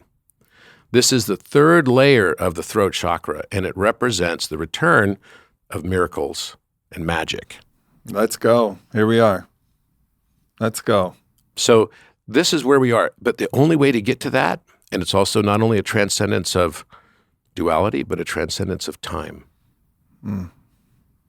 This is when the massive remembrance starts to happen. And you've had some people, right? Many people, thousands and thousands of people every day. The more I open up to expressing this truth, the more the world around me expresses it back. So that's why I'm speaking about this now. That's why I did the Codex as a television show, because this whole purpose of us being here, just as I said at the beginning, the one divided itself in the many for the joy of becoming one again. We're going through a massive remembrance right now. It's happening all around the world. And by the way, and it's the beautiful thing is it's a democratized remembrance where everybody is getting access to this. Everybody. And I think the psychedelic renaissance is playing a huge part in this. I mean, let's talk about some of this old hermetical wisdom of the importance of embracing polarity and how the dark craves the light and the light craves the dark. And you could go far deeper than me into, and maybe we should after I share my story. But all right, let's talk about the democratization of it. I go do ayahuasca. I have one of the most challenging encounter with the darkest force you could imagine, the world crusher, the manipulative devil, the satanic kind of mindset that was negotiating with me for my father's soul and stealing my heart and giving me a fake one in return, and all of these different ideas. Also a lot of, playing with my own fear and all of this. And I managed to move through it. It's a very long story, and I won't tell it. I told it on several podcasts, Rogan's podcast and Fighter, and I've told this story before. But ultimately, I get to the final like kind of insight with this, which I end up floating up and I kiss the world-crushing devil on its forehead and its eyes turn into heart emojis. Oh. And this was the synthesis to show love, that's cool. Show love to the deepest darkness that I could find, show love to it. And in that moment there, everything switched and the light just rushed in, which was like a small voice. You know what in Hebrew they called the lahisha, like the light was just a whisper and the darkness was a fucking chaotic, just discordant symphony of energy that was coming my way and just a whisper of the light. And then the light rushes through to create the balance again. And I see Christ come through. I see Christ come through and meet this satanic force. And they're looking at each other and I was like, oh shit, it's going to go down. Battle of the light and the dark. And what happens? They rush to each other and embrace in a homoerotic kiss. I could have, okay, anyway. And I was like, oh man. And they're just holding each other and just making love right in front of me. And I'm like, whoa, whoa. But this wisdom, right? Like, I love it. I would have never thought that. I've watched every movie that I've had. The dark fights the light. The light fights the dark. This is what happens. I've fucking seen every Star Wars. I know how this plays out. It's war, It's Jedis versus Siths. And no. That's not what the wisdom showed me of the ayahuasca that I, through the ayahuasca portal. And that's not what it showed me. It showed me a much, much deeper wisdom of the embrace of the both sides, the extreme sides of the pole. This is the beauty of a mother showing a child something very beautiful about how siblings can get along. Right.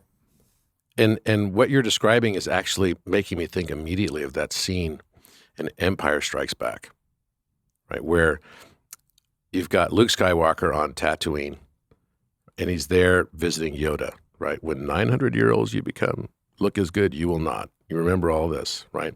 And there was a scene where Yoda says to Luke Skywalker, he says, oh, you're angry because your ship just sank, so can you pull it out? So, Luke Skywalker goes over and he's practicing making Yoda levitate and everything. He's got rocks levitating, but he can't get the ship out of the swamp. Mm-hmm. He starts to get it out. Everyone gets excited. R2-D2. Makes this little noise and everything. Tries to get it out of the swamp, and then it falls back in and comes back. He goes, Master, it's too big. I can't do it. And so then Yoda goes over and, lifts it out of the swamp, puts it off on the side, on the dry ground. And Luke Skywalker's like, in amazement, he's like, I can't believe it. I can't believe it.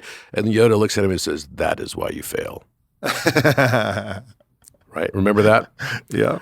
And then he directs him to go into this dark cave where he has to face his fears. And if you remember in the scene, Luke Skywalker goes in there and immediately is confronted in this hall of mirrors by Darth Vader. And it's a metaphor for him facing his own shadow, right? There's some serious hermetic wisdom in lots of TV shows, doubt. right? And one of the great shows that illustrates this that's only come out very recently is Foundation. Yeah. On Apple. Great show. Right. Great show.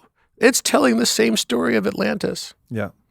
Basically saying, and it's really freaky, right? This mathematician, Harry Sheldon, comes out and says, hey guys, we're going to be in 12,000 years of nightmare coming up here. So we're going to have to it's going to be dark ages. We're going to forget everything.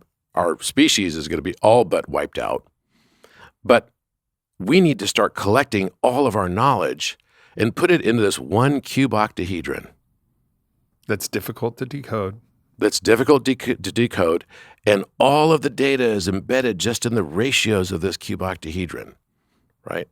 Which is funny because it's exactly that I just filed patents on a new compression technology, geometric compression, that uses the sides of any kind of geometric structure for like categorizations, for authorities, for viewing data, et cetera, as well as you could break them all into right triangles, into smaller bits. So you could think of subsets and subcategories of data storage, right?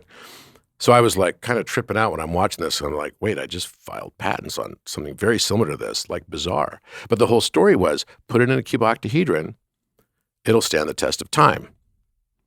And then when humanity wakes up again in 12,000 years, then they'll be able to start with a seedling of information. This is where we are now. And would that cube octahedron be the Great Pyramid? Or at least one of them? I think it absolutely is part of that, no doubt about it. The cube octahedron happens to also be the structure that defines light. It defines the vacuum. It defines black holes. It's the structure of space-time. But the Great Pyramid is a unique structure. And I only made I haven't even put this in the codex yet because it's not in the second season. It won't even probably be in the second season. It'll probably be in the third season. But because that's how much more material we have. I filmed Codex, the first season, a year ago in April. So, and now I'm starting to talk with them again about doing the second season. And I would have done it sooner. It's just that I got other things in life to do too. Sure. But basically what I just discovered is there's a lot of people that have wondered, why is it the Great Pyramid has its exact slope angle? What's the significance of that? Well, the significance is that happens to be the only triangle where the height of the pyramid, proportionally, if I were to take the height and make that a diameter of a circle. So imagine a pyramid that's shaped like this, right? And then it's got a circle that's exactly the same height, right? So its side of it is on its base, it's tangent to its base, and then also tangent to the peak of the pyramid. So the diameter of the circle is the height of this pyramid. Guess what? It's the only triangle that will match exactly the area of that same circle. So this is not only about squaring the circle, it's about introducing the divine. So the divine is the triangle, but the triangle has to make itself into an isosceles shape, right? So it's not an equilateral triangle, it's an isosceles triangle in order to perfectly both square and triangle the circle.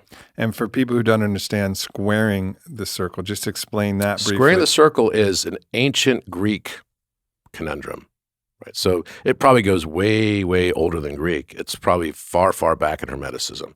And it's the challenge of the Greeks believe that for something to be truly beautiful in its design, architecture-wise, whatever it was, you needed to be able to draw it based purely on ratio. That means you have no measurements. So you only use line intersections to be able to inform the other intersections you're going to make. So one builds upon the other. So the ancient conundrum was, okay, draw a circle and square that have identical areas. And of course, it's not an easy thing to do, because how could you do that without measuring anything? You could measure it after the fact, but you have to be able to do the whole thing without measuring it at all. Mm-hmm. Okay, this is an old challenge, and you can only use a straight edge, which has no measurements on it, so like a ruler with no lines on it, and a compass, and that's it. Nothing else. Now, what I found is that is a meditative practice. The process of working towards squaring the circle is something that you do to bring your mind into balance. I do it before I discover math. I use it as a meditative practice. I've probably drawn thousands. Like a mathematical koan of some sort. Yes. It's like, I remember when we were kids, we'd have to go up to the TV and like if you had an antenna on it and kind of like move the antenna, and then all of a sudden our body would be part of the antenna, and we'd let go of it, and it would go back to the white noise. We'd try to get this exact balancing type thing. It's the same kind of exercise, but you're doing it consciously. You're going into a meditative state, and you are working to square the circle. And it doesn't matter if you actually achieve the perfection or not. It's working towards that perfection that matters. You're bringing your intention to this place where you're equally tapping into both left and right brain. It's both mathematical and musical and artistic and scientific, all wrapped into one. And it's bringing in the balance of gender energy into your frame, into your spirit. Masculine being the square, feminine being the circle. Exactly. Masculine square, feminine circle. But the divine, that's another question. The divine is the triangle. And the only triangle that can perfectly match the area of the circle, and then through that doorway use the same triangle, it becomes a cipher key on how to square the circle as well, is the exact proportions of the Great Pyramid. It was already known that the Great Pyramid was somehow tied to squaring the circle, but nobody knew that it was directly tied, and it's irrefutable. You see it on paper. You see it right there. You can measure it on GeoGebra, the Google geometric software. Right. It's perfection. And that means that for us to achieve the divine, there's a metaphor built right within it, because what you find is that there's a square that gets made off of this structure as well. That also is a squaring of the circle. But where the square has the same perimeter value as the circumference of that circle, it will only be achieved when you see an intersection of that circle with exactly where the square is coming down and where the pyramid line is coming up. All three lines will intersect exactly at the center of the circle. Meaning to say, finding the center of a square is easy. Finding the center of a circle, not so easy. Very difficult. So the masculine must raise itself to the center of the feminine. Because imagine you've got a flat plane, you've got a circle here, you've got a square, and if they have perimeter and circumference that matches, the square is here, the circle comes all the way up to here, right? It has a much higher peak. The top of that circle becomes the point of the pyramid, right? But the exact line for where that square will then come across the side, across the base down here, is only going to be exactly where the pyramid line crosses it at the center of the circle. So the masculine must raise itself to the center of the circle in order to match the feminine and bring in the divine. And by the same token, the circle must bring itself down, where the circle will intersect another circle that would be the circumference around the base, that would then define exactly where the square sits and where the end of the pyramid would go to, is in the exact same analogy, but in opposite sense. It's an orthogonal relationship. The circle must bring itself down to the masculine in order to perfectly square the circle and triangle it as well. Yeah, balanced unity consciousness, what Zach Bush says is the unfurling of both wings in all of these prophecies of the masculine and the feminine, and the heart of the bird holding the synthesis between them, the alchemical rebus, all of these different things pointed together. And then we think of the pyramid often as like, some pharaoh with a big ass ego, just built this thing to show off, right? And because of course the amount of labor and the amount of why else, but our own mind can't understand that some consciousness expressed through some people with the authority to do this, we're creating something knowing that the world was subject to all of these forces of control, oppression, distortion that would be able to destroy, distort, change, alter, change the text, whatever was going to happen for their own petty self-serving biases. But if you created something magnificent enough with the clues and everything baked in, when the time was right, that would reemerge. That time capsule would become illuminated once again. And that's, I think, a big point of what you're making. And it's in so many different areas where now is the time for the ancient wisdoms, the mystery school wisdoms, the hermetical wisdoms, the alchemical wisdoms. Now it's time for them to come to the surface. Now it's time for us to act on it. And this is just, these things were hidden by the polymaths. They were hidden by the philosophers. Because to be a polymath is to be a philosopher. And remember, mathematics didn't mean study of math as number, study of quantity of science, right? It meant learning. So poly means many. Math meant learning. Polymath is many learnings. That's all that is. So the doorway to become a philosopher was to be a many learner.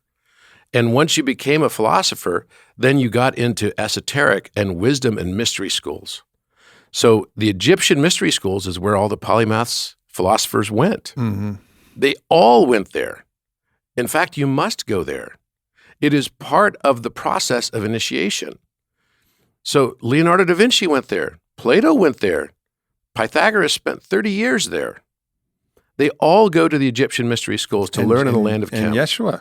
And Yeshua went there.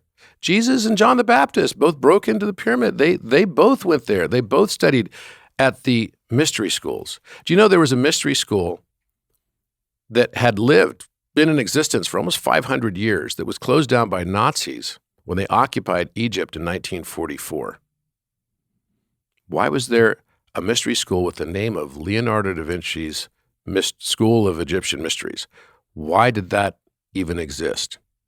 The reason it existed is because Da Vinci, during his lost years of his life in Italy, spent 3 years, just over 3 years, in Egypt working for the Sultan of Cairo. He wrote about it in his compendium of his works after he died, which was called the Codex Atlanticus. It's in reference 1336 and 1337. It tells the entire story and it's written not backwards, because all of his texts are usually in backward mirrored text. So you'd have to look at it through a mirror to be able to read it easily. Mm-hmm. Although there is a good exercise to write backwards, because once you start writing backwards, it absolutely strengthens the other side of your brain that's your non-dominant side. Mm-hmm.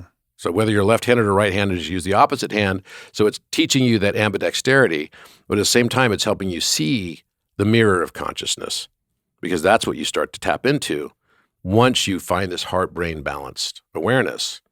This is another exercise to do. But he wrote this letter in forward text. So whenever Da Vinci, because he always wrote backwards, whenever he writes forwards, it's encrypted. This was a draft letter, and it was titled "To the Devatdar of the Sultan of Cairo, Babylon." And he tells the entire story how he's engaged by this sultan to be an engineer on a confidential project, right? Doesn't say whether it's architectural. It sort of implies it's architectural, but it doesn't say exactly what it was. Although what he does do is he goes through in very high detail his experience at Mount Taurus. Now, everybody believes that Mount Taurus must be a reference to the Taurus Mountains that are in Armenia. In fact, Mount Ararat would have been one of those such mountains. This is where the Noah's Ark was supposedly, up at the top of, landed after the flood. And he describes the town that he was in, a place called Kalindra or Calendar. There's no such town ever in the history of either Turkey or Armenia with this name. He was not referring to that. What you have to understand is that the original name of the Giza Plateau was Ras Tau. And if you read it backwards, it's Tau Ro. Another way to pronounce Tau, which is basically a Tau is a letter T, you rotate it slightly and it becomes Kai Ro. The Bull Mountain that he's referencing is actually shown to us in hieroglyphics. The original name of the Great Pyramid, among its names, one of them is Mur, and all three pyramids are Mer, Ka, and Ba. But the name of the Mer pyramid is actually to the Apis bull. The chevrons, right, and a bull. So you see two chevrons and a bull, and that is the original name of the Great Pyramid, which means Bull Mountain. So he was referring to the pyramid, the Great Pyramid. And in this, he even says it seems that they touch the sky, and it's oriented in such a way that it has sunlight on its east and west side in equal amount during the day because it's perfectly situated due north.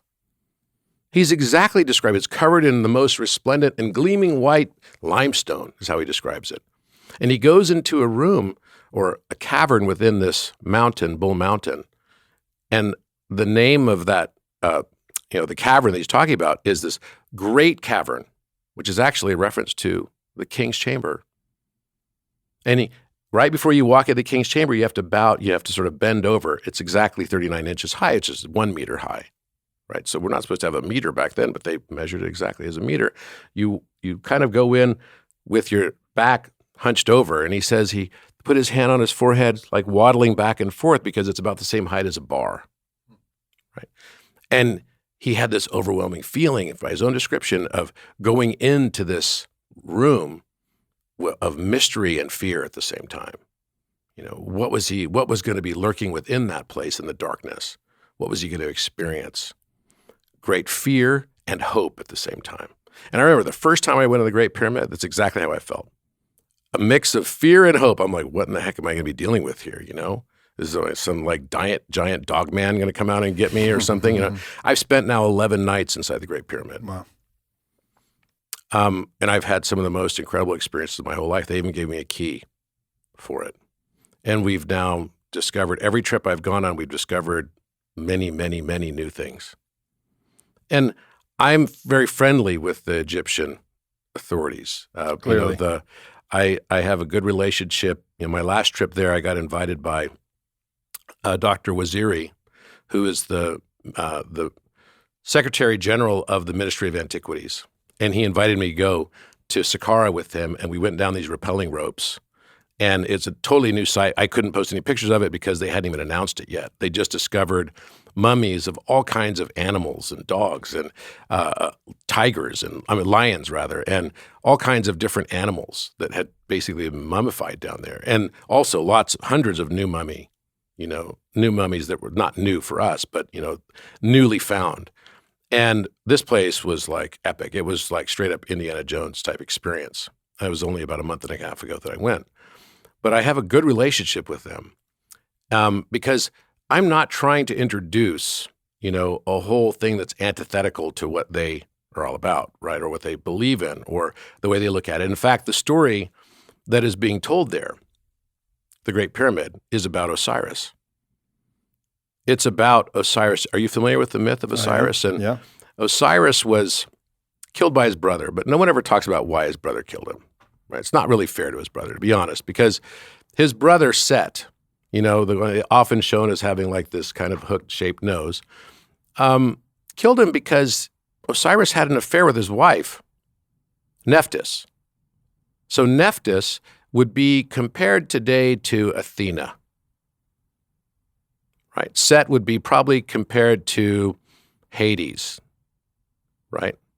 And you've probably got Aphrodite would be compared to Isis. So if you go through, the Sumerian pantheon had 7 gods in it. Then you had 12 in the Greek and the Egyptian and the Roman, and they're all sort of related, even up to the Norse gods as well, Norse and Germanic. They just have different names for them. Thor, Zeus, right? Yeah. You've got these different names. Wotan is Miercules, or Mercury, or Thoth, right? The messenger god. So you got all of this stuff sort of playing out, and the story of Osiris playing out. And Osiris is personified by the constellation of Orion. The 3 stars on the belt match exactly the proportion positions of the Teotihuacan Plateau pyramids, match exactly the proportions of the Rostau Plateau, which is what we now refer to as the Giza Plateau, right? The Chinese pyramids as well. You see this relationship all over the world with these ancient pyramid sites. And by the way, they were all built on the same units of measure too.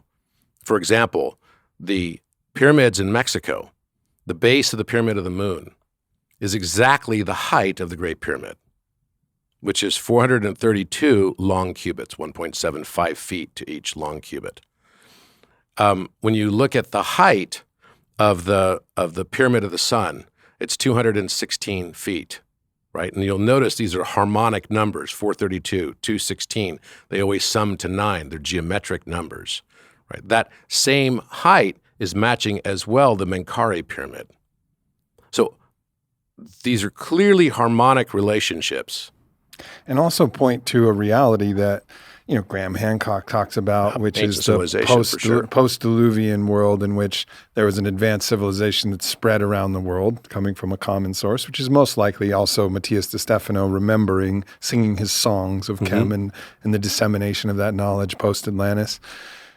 Or you could assume that, all right, maybe that didn't happen and this was all just downloads from the collective unconscious, the capital M mind of God. Either way, but most likely it was actually carried wisdom that just spread all throughout the world and said, listen, we've seen the destruction that can happen when power becomes the operative, which is Matthias's story of the fall of Atlantis, or perhaps just the Earth's natural cataclysmic nature. I think it's just the cycle. It's whatever it might be. Of course, we weren't there. We don't know. But it fundamentally shows that in some way, this knowledge was spread around the world to be kept and to be rediscovered through the universal language of math and geometry, which then also pointed to the universal truths of the evolution of our consciousness. Yeah, and when you think about that, it's kind of a mind blower because you look at the Pyramid of the Sun, it's 216 feet. Well, that's 25,920 inches. What's the significance of that? That's the long period of this, orbit that we have with Sirius A in years. And by the way, if you just look up right now on Google, how far is the sun from the center of the galactic disk in Milky Way? It's 25,920 light years. So how is it all so perfect?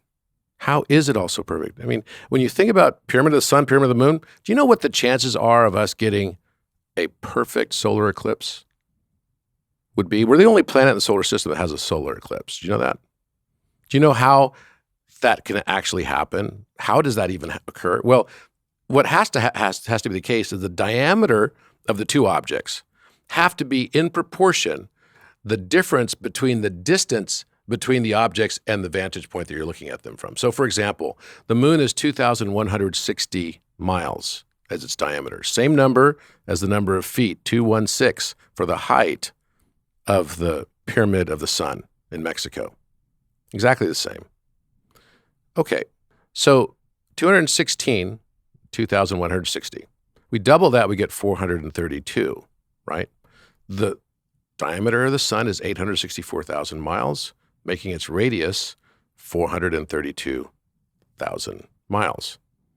So wait a minute, that's a note A in Pythagorean tuning as well, by the way. So that means that with 2,160 miles as the diameter of the moon, we multiply that by 400 exactly, and we get the diameter of the sun.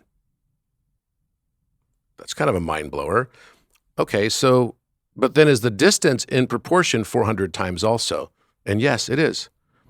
The distance on average is about 232,000 miles between Earth and the moon. You multiply that by 400, it turns out to be 93 million miles, which is the distance we are from the sun. The average of the aphelion and perihelion. The largest distance from the sun, shortest distance from the sun. That's kind of mind-blowing. So, all right, so let's take a pause here. So for me, this isn't mind-blowing because I've had the direct contact with my own sources, which again come through the plant medicine path, which I've been following with deep reverence for 23 years since my first initiation at 18 with psilocybin. And for me, I've understood and been received the knowledge that the divine expressed I am, which is the outward, the yang expression of creation of all things, the one becoming many, and that the sacred geometry, the divine intelligence, the logos, the word, all of it would figure itself out perfectly from that initial I am, from that moment. So to me, it's like, yeah, of course, I get it. Like, of course. And I think there's another interpretation where God's meticulously got his little, got his compass and his thing and making all Geometry. this. Making it. But it just flows naturally as the language that's contained within the sacred I am of the all mind, of the source, right? Contained within that. So for me, it makes sense. But then there's got to be people, of course, listening right now are like skeptical, saying like, you're just making up random numbers. And as someone who's into mathematics, what do you think the probability is that all of these mathematics are random? That like this is happening random? Is that even a possible hypothesis? No. It's like, that's why I kind of laugh at that, because it's like, no, it's just not possible. So, and if you don't believe it, just look them up. Okay, look up the diameter of all of these things. You'll find also that because the sun has its diameter of 432,000 miles, is why the sun has a circumference that's the Euler number. It's 2.718 million miles. It's hidden in plain sight. I mean, literally in plain sight. We look at it every day. But the metaphor is more important to me. The metaphor that the moon is, from our vantage point, standing on Earth, the exact same size as the sun on average as we look at it.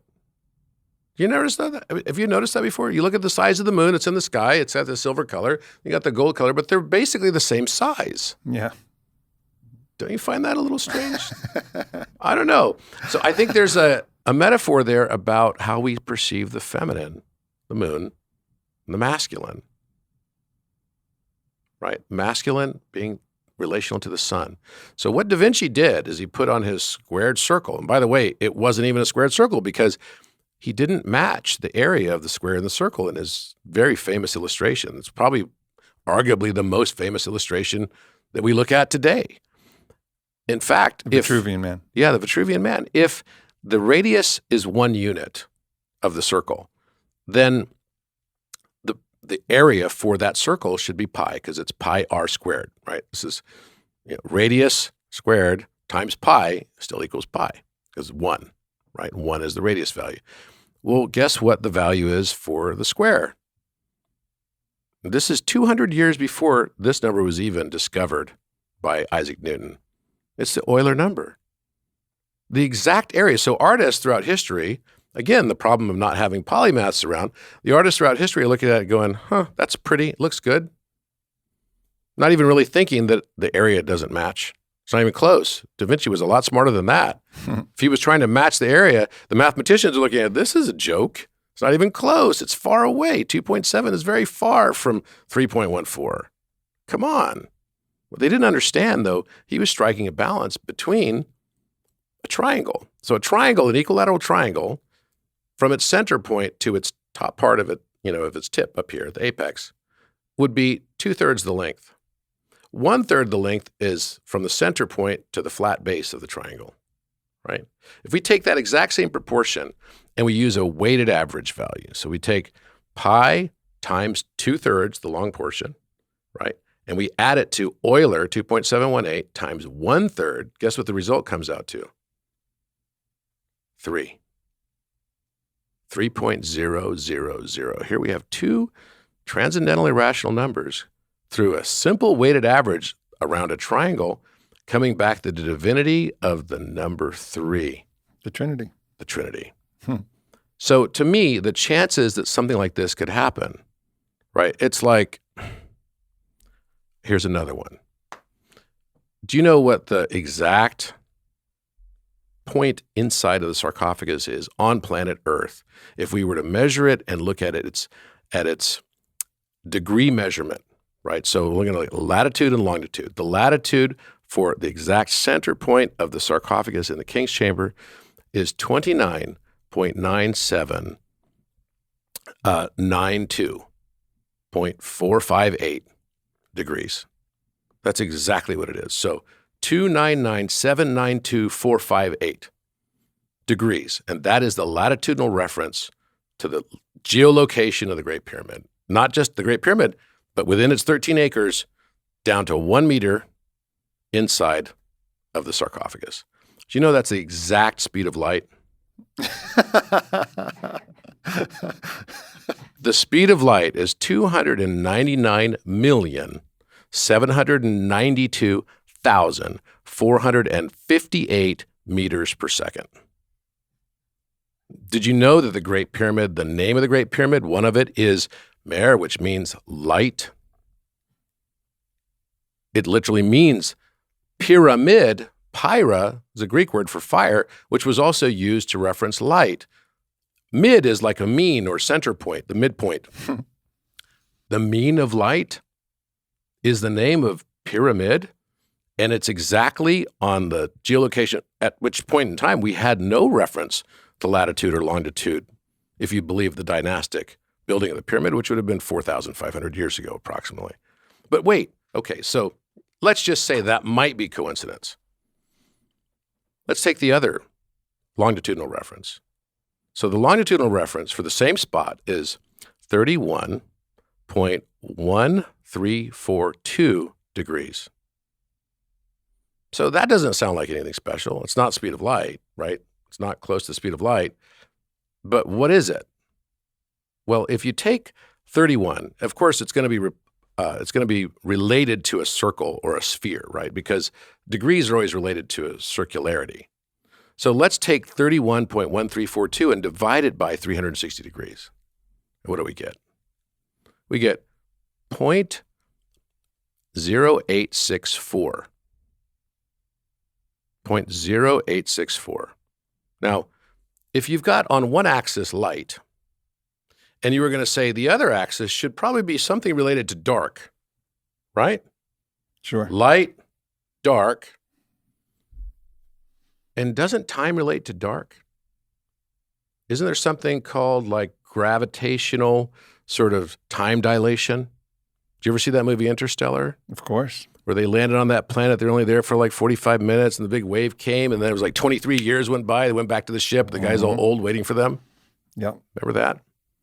How could you forget it? I mean, I interviewed Matthew McConaughey. He tells that story of when he goes and sees his daughter's videos and that moment of realizing that all that time passed for him in an instant, but for in his life and what he lost in that relationship. Right. So you've got this time dilation effect, right?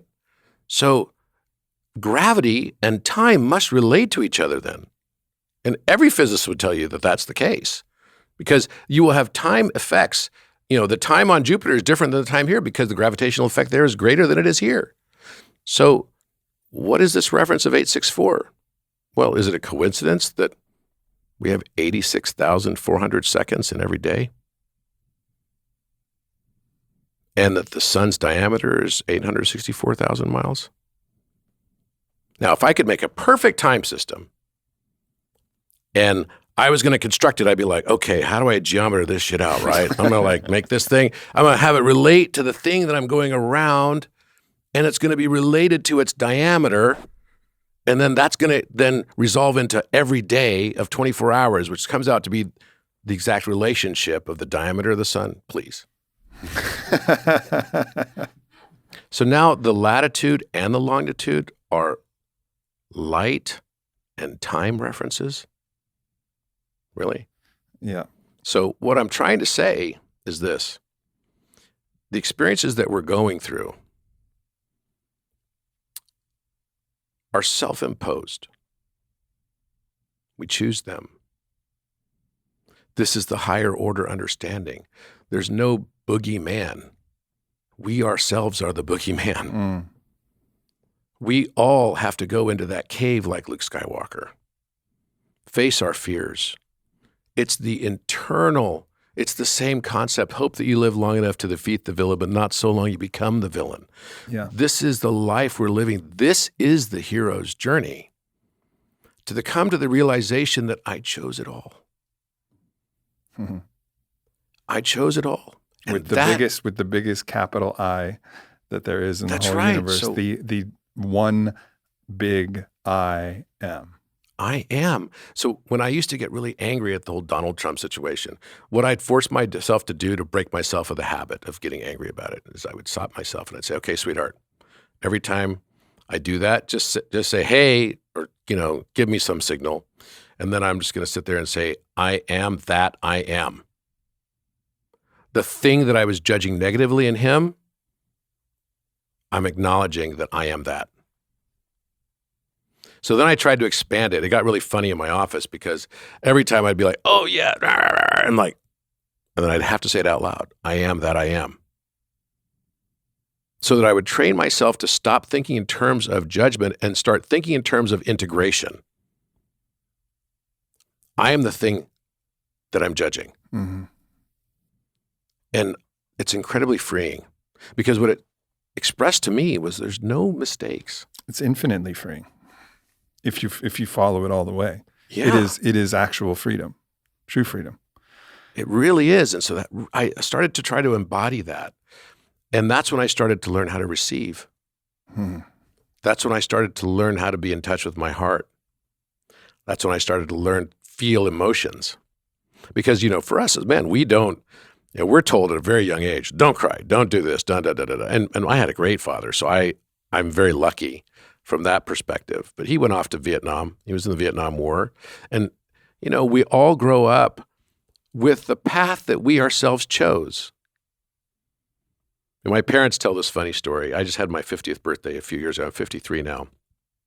And I was born in a hospital not far from me. It was more in northern Texas, up in Wichita Falls, Texas. And I was born on an Air Force base at Shepherd Hospital.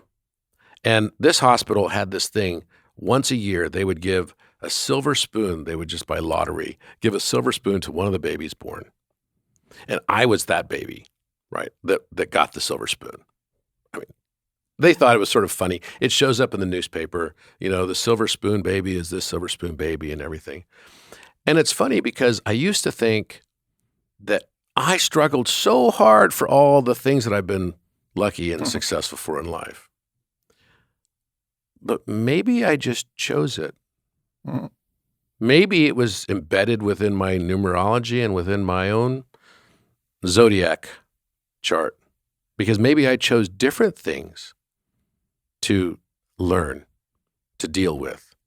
And I'm grateful for all of it. I think that's one of the challenges with free will is we're looking at it from too limited a scope, right? Like I chose it is not the separate self of right now choosing it. It's the I, the infinite I, the unborn. The capital I. The unborn, the undying I that chose it and then chose the ability to choose otherwise as well. All of the choices that kind of move through this continuum of our life and the continued choices of the I am in its ultimate fractal sense. It's so amazing when you think of it like that, because then when people come into your world, when you realize that it's a you inverse, the world is reflecting all around you, and every person you meet is someone you will learn something from.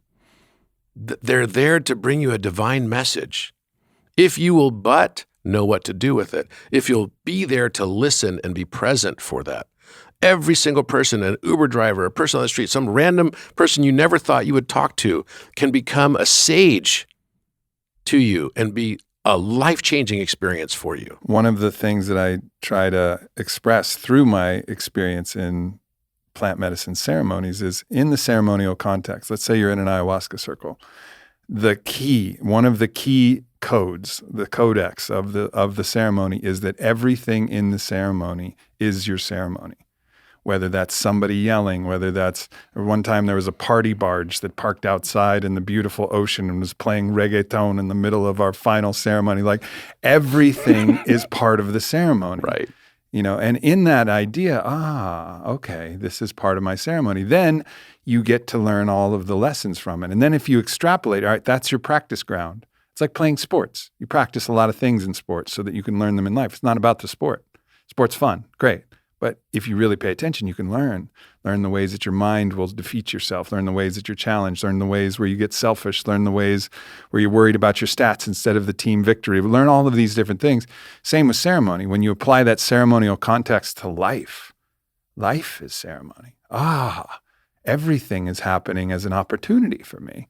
Then that changes your whole context. And at that point, you can actually facilitate this constant learning, no matter what's happening. The universe is always happening for us. It's our perception when it's polarized in judgment that keeps us from being able to see that it's there.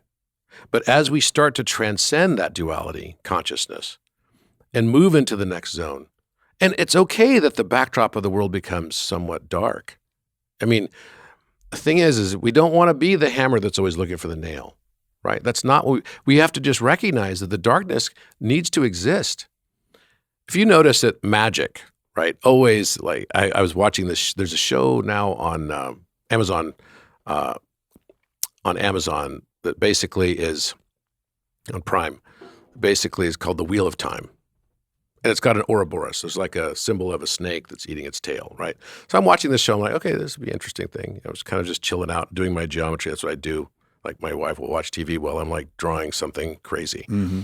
And because I can't just watch TV. I got to, like, do a little bit there. So I'm listening. I'm following the storyline and everything. And they look like they're in the Middle Ages. So they're like, wearing the same garb and clothing from, like, maybe 11th or 12th century or something like that. And then all of a sudden you see them stumble upon this ruins of this place. And the ruins are New York City. So you're like, that's kind of a interesting, like, thing they threw in there. Like, wait a minute, is this in the future or is this in the past? And then they end up stumbling upon the ruins of Florence, right? Far, far in the future. And so it's kind of a trippy mind concept, because when you start thinking about the notion that, and we're all going to start remembering now our incarnations, and we will eventually all be able to experience them all simultaneously, which is a mind bender, right? When you think about it. I've tapped into many of my past lives before. And what's really cool about it is you can start to engage the knowledge that you collected in that lifetime as well into this lifetime. And you start finding things that you left for yourself as encryptions through time. Yeah. That's really mind-bending. I had a mind-bending experience recently, and I think one of the key takeaways here is there's lots of ways where we can distort our understanding, right? Like, mistrust of authority is actually pretty justified at this point. But then you take it too long and you look too deeply into the abyss, and then all of a sudden you become a flat earther. Right? Like you're like, nope, everything's bullshit. And, like, and then and like you see these phenomena, and I see these happening amongst people. I'm like, we do live in a holograph, by the way, I believe, right? It's a holograph. Most physicists would actually say that it's a holographic principle of the universe. It's a projection of mind consciousness. Max Planck said there is no matter as such, right? Everything is underlined by, an intelligent mind. We are that mind. We're just fragments of it. Again, we are the one divided into the many for the joy of becoming one again. And I think what everybody sort of gets stuck into is like, well, I'm good and they're bad. Yeah. Well, the one thing that we should only be concerned about is what we see and feel inside ourselves. It's by looking within that we find and start to learn how to transmute all of the demons and the difficulties and everything. And whenever I see people that, like, sometimes I'll post something on Hermeticism and someone will go and say, oh, you're a Mason, you're a Luciferian. They go on this total rant, right? And then I go back and look at their page, and it's usually some picture of, like, a demon is their profile picture. And I'm like, whoa, that's trippy. Like, what am I supposed to learn here? Because whenever we have these things that trigger us, that's the opportunity to learn. So there's a learning embedded in this. I have to learn to transmute and learn to transcend judgment and just accept and love. I gave a TED talk on replacing fear in my life with gratitude. That's a doorway. That's like a very important portal people can move into in the early stages of their awakening. But now the next TED Talk I will give, if and when I get a request to do it, is going to be replacing judgment with love, unconditional love and acceptance of everybody and everything, even the time around us. Because we all get stuck in this. We all think, oh, life will be better once I've achieved this, or once this has occurred. We're placing conditions on our existence right now and calling it imperfect without just accepting the perfection of the imperfection. Right. We're here for the reason to learn. And that's the beauty of life. And it's like, what a great place. I mean, I have a feeling like we all die and then we go back and we're like, damn it. I want to go back. I want to do this again. I want to do this again. Of course. And that's how it really feels. But now as we move into this next stage where people are starting to tap into their prior lives, and it's going to accelerate big time. Absolutely. I mean, this year, Vailana and I in New Year's, we're out in Miami and we said, all right, this year's the year of miracles. This year's the year of miracles. We declared that. Wow. And we're like the opening of ourselves to the magic and to the miraculous happening. And we've experienced lots of minor miracles this year so far. And, the miracle is the thing that cannot be explained. Ultimately it's one way to look at it. You just can't explain it. And we had recently last week, just last week in Sedona, and we've experienced many things, but things that were also in the realm of our understanding of possibilities, miracles of human consciousness and growth and activation and the ability to channel wisdom, access things that were familiar enough that they weren't miraculous. And there was this very poignant moment. And I think what I was talking about with the flat earthers is you go down this pathway where you're denying the miracle and denying the magic of everything that you talk about. It's a diversion. But what we really need to do is take that same energy of, all right, let's be messianic with the status quo and understand our participation, our co-participation in the miraculous nature of this hologram simulation, whatever you want to call it. Again, it's linguistics, but that we are in the co-creators of the universe. And there's things that can defy when we believe it, but it requires our belief. It requires us 100%. to be in a field of belief where that's possible. Matthias and I did a podcast, Matthias De Stefano, where we talked about in his memories, they were able to do things that everybody just believed were possible. They could sing the stones into a different vibration in order to help move them. Tibetan Buddhists do that with their trumpets. These monoliths, right? So these things were all possible because the field of belief around them made them possible. And without that field of belief, they were impossible. So we had a very close group of our inner circle, and we're stepping into the experience of the miraculous. And we had this very strange experience closing this final week, this magical week we had in Sedona, where my friend Caitlin brought a menorah. It's not Hanukkah. We called it Vailanica because it was Vailana's birthday. And we were going through, and so we're giving these intentions and these it's this beautiful little ceremony around the fire with the menorah. And then we finish, and the candles had all burned out. Some had broken. Very strange, interesting things were happening to the menorah. Things that were like, whoa, that was weird. Candle broke in half, but it stayed on fire in the middle part, even though the top part broke in flame. And we're like, how does that work? That was weird. But maybe there was some wind, and there's things that we all explained. And then we watched. There was 2 candles. One was mine, and one was my sister Blue, who's been on this podcast, that stayed lit. And we looked, and they were staying lit. And there was no wax. It was just the wick. The wick had just fallen down. There was absolutely no wax. And just the wick of the candle was lit. No wax. I mean, we're looking in the hole, looking all around for wax. There's none. And we're like, this is a miracle. We're in the presence of a Jewish miracle here. I mean, that's where Hanukkah was based. It was based on the fire that continued to burn beyond the point where the oil was there. Like the lamp stayed lit. We're looking at it. And it keeps going, and it keeps going. All the other candles completely burned out. When the wax goes, the candle goes. But for some reason, the wicks, which should, without wax, just burn up. That's what they do. But they stayed lit. And we're looking at it, and it keeps going. And we're like, what are we going to do? Are we just going to stay here forever? What? Because we didn't want to leave. We felt like we're in the presence of a miracle. Like, what is going on? And then we stay there for a long time. We're talking about it. We're talking about how this is a miracle. And then finally, our rational mind takes over, and we're like, we have to explain this. There has to be a reason why this is happening. We see that there's no wax, but there must be a reason. And then it goes poof. Exactly.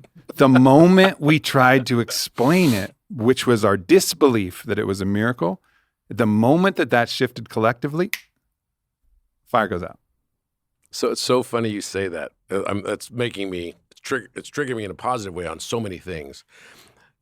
In order to be in a world in an age of miracles in this Aquarian Renaissance, the backdrop needs to be dark. The light expresses as you get to the edges, right? In order to get the brighter light, this really beautiful bright light, you have to have this really, really dark backdrop. And that's where you get that special expression of miracles. And then you'll also get the opposite, because everything in the universe has to have an equal opposite pole. Balance. Everything is in balance. Every action has an equal opposite reaction. So now we're having this backdrop of extreme darkness. And what's going to happen is usually that darkness is going to be manifest by a consciousness of fear and a consciousness of duality, extreme. This is where a lot of people in the spiritual community get trapped. Mm-hmm. They don't even realize they're trapped into it because they're like, I'm a warrior of the light. Mm. I'm a light worker, right? And it's become almost a point where it's like cliche because now everyone wants to put on their social media, I'm a light this or I'm a light that. But if we're still stuck in duality, we're not really awakened. Right. It's love consciousness that is the fifth dimension. It's acceptance consciousness that is the fifth dimension. So we talk about a great split. Which is maybe the only thing that actually doesn't have its opposite, which is love. Love itself, the manifest of all things, which is containing the everything and the nothing within itself. The duality collapses into the unicity. And in the unicity, in the center of centers of centers, therein lies the thing that doesn't have a pole and doesn't have an opposite. You've found the center of centers. And that's also the substrate of the miraculous, is when you can find that within yourself. That's what you were talking about, the ring cell stones, these stones that have appeared inside the hearts, and you can maybe tell that story, but that seems to be the consecration of somebody who's achieved that state beyond polarity. Absolutely. So when I went to meet with His Holiness, the Dalai Lama, to teach him this math thing, it was really amazing because, like, in the middle of it, we had 2.5 hours to meet with him. And then in the middle of it, like, some guy says something in Tibetan, and then everyone's, like, running around, like, shuffling around. I'm like, what's going on? There's, like, thousands of people waiting outside to get blessings. And then one of them says in English, he's like, His Holiness would like to invite you to stay for lunch. Now, he's only done that 3 times, apparently, in history. One of them was with Reverend Desmond Tutu. The other one was with Michelle Obama with a group of women leaders, right? And he wanted to spend more time with them. And he asked us to stay. So we spent another 3 hours or so with him at lunch in the palace. And it was like epic conversation. I mean, like, wow. And I have to say that, I was really shocked because we're walking through this palace and it's not like this gargantuan thing. It's like, low ceilings. It doesn't look like this palace. It's certainly not palace looking, right? Nothing like his house that he has in Tibet that he had to flee, right? He's in exile. But there were these little bowls, like on these shelves. And there was like a roll of them. I'm like, what are these bowls? They were only about, this size, like that big. And they had these little, looked like amber beads inside of them. But they were irregular shaped beads. They weren't manufactured. They weren't worked to look beautiful, right? And they were yellow, somewhere brownish color. And what they told me was, these are ring cell stones. I said, what are ring cell stones? Because I wasn't aware of them. And Lama Tenzin, who was with us, and he was sort of our guide, he said, these are the remains of some of the lamas, the high lamas, that have died. They get cremated. And then we search through the cremation, right, all of the ashes, and we find the beads that are left over from the heart. And I said, what do you mean? It's like there's a crystal that forms in the heart. And there's sometimes, many of them, sometimes they congeal into one, right?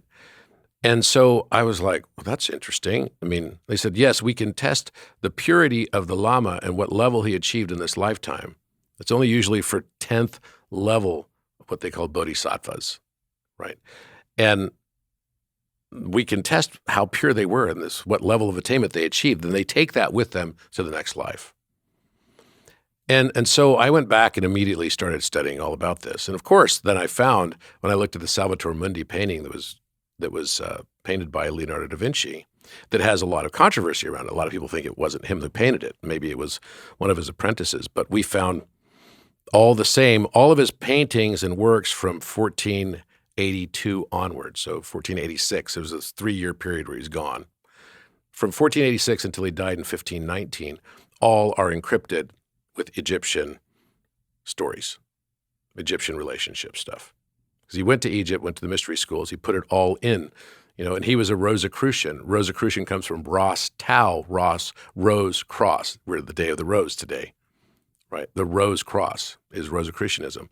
So all these polymaths from that period, they were encrypting this information because if they talked about it, they'd be dead. Yeah. I mean, this is the same period that Giordano Bruno was burned at the stake, right? And not too far away from the time period where you had Galileo. I mean, they came out of the Dark Ages. Or the Dark Ages ended.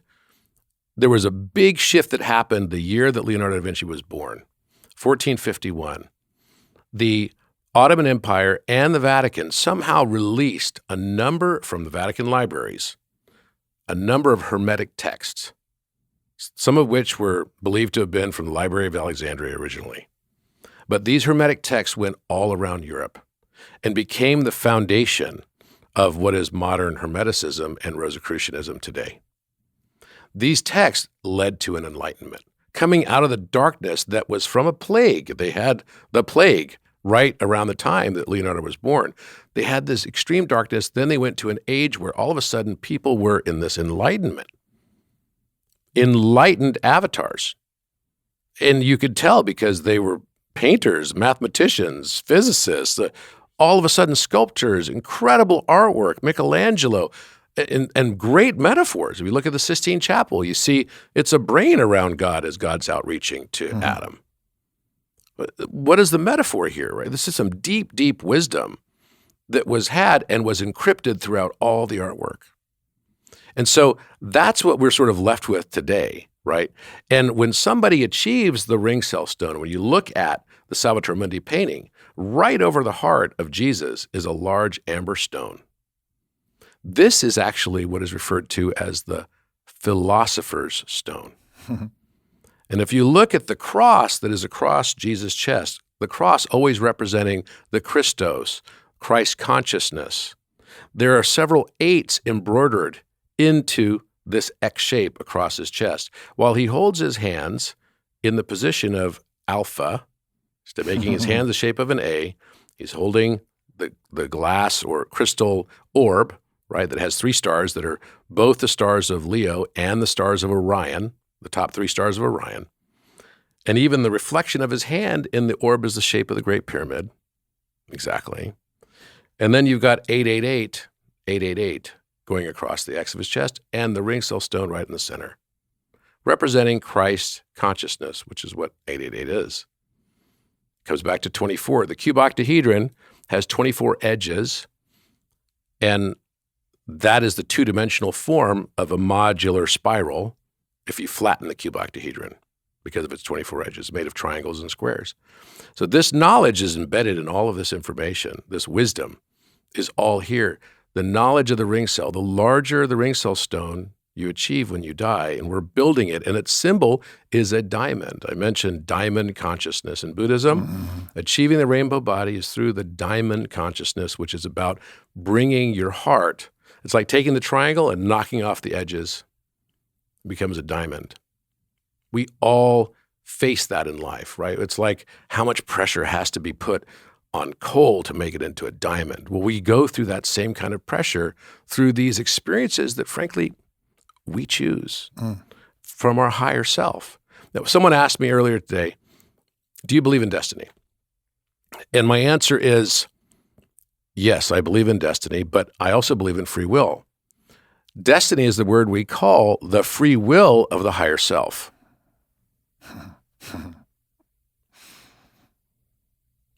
So this is the beauty of achieving this heart-brain awareness, that we can tap in, and then through that transcendence, we can also tap into our knowledge and wisdom accumulated through many, many lifetimes. Yeah. I laid in the pyramid only a month and a half ago, and I experienced that, where I actually experienced being in the consciousness of all of my lifetimes, all at the same time. I was in the sarcophagus. I was supposed to be there with a friend who is a CEO of a major company in the space. I won't mention the name, but I was supposed to be there with this person, and they couldn't make it at the last second. So I thought, well, I'll just go by myself. And I've spent time in the pyramid by myself several times, but it had been a while. And so I was a little worried because usually I like to go in there with some feminine, right? Because when you're there by yourself, you're only representing one side, Sure. right? So I was worried about it. And so I went to the pyramid. It was around 10 o'clock at night. And I always get overcome with emotion when I start walking up to it because it feels like a reflection of us. Imagine your conscious awareness projected into an edifice that each of the chambers is representing the different chakras. Mm-hmm. And as you ascend to higher levels of consciousness, we get access to more and more of those chambers. We understand them more. So it's collective human consciousness. I also knew that I was there for an important activation for the throat chakra. And I knew I was going to be in the sarcophagus for that exact thing because I'd gotten that, sort of told to me before I went. So as I walked up to the pyramid, these women were walking out. And that's not unusual. It was during Ramadan. By the way, this was the holiest night of the year. I didn't plan it to be the holiest night of the year. It was the night of Orthodox Easter. So it was a Saturday night before Orthodox Easter. It was Ramadan. It was Passover. It was St. George the Dragon's Day, where St. George basically gets control and defeats his dragons, Kundalini. It was also the first time in 33 years that we had all 9 planets in alignment. And those planets have been in alignment and will be until June 24th. It was also Shakespeare's fake birthday because Shakespeare wasn't really a person, right? We know that. It was a group of writers that were Rosicrucian writers that encrypted all of this knowledge too into King James Version of the Bible, into the plays, the sonnets, the collective works of William Shakespeare were a group of people, Sir Francis Bacon, Edward de Vere. And this was wisdom that was passed down from Da Vinci to Anne Boleyn. They lived in the same house. Anne Boleyn's daughter was Queen Elizabeth I. So we believe that he passed like a map of the Great Pyramid even. And we believe it's actually inside of the Trinity Church in Stratford-upon-Avon, inside the altar. We think that we know there's a lot of stuff that's inside that altar. We believe the original manuscripts are in there. We also believe of Shakespeare's works, and we also believe that the map of the Great Pyramid is in there. But because there's a very strong belief that there was a map, Da Vinci had access to it. He got it from Sultan of Cairo, Kate Bey, when he worked for him. But this whole experience, right, as you kind of look through time and see where all of this has been going, it's all culminating back into this knowledge that's coming back to us now for a reason, for us to remember who we are, to learn to accept fully everybody else, to tap into this heart brain and usher in this new renaissance of understanding and understanding of awareness. And it's also going to be dark. I'm not going to lie. We're going to go through things are going to get really, really bizarre. Yeah. They already are getting bizarre.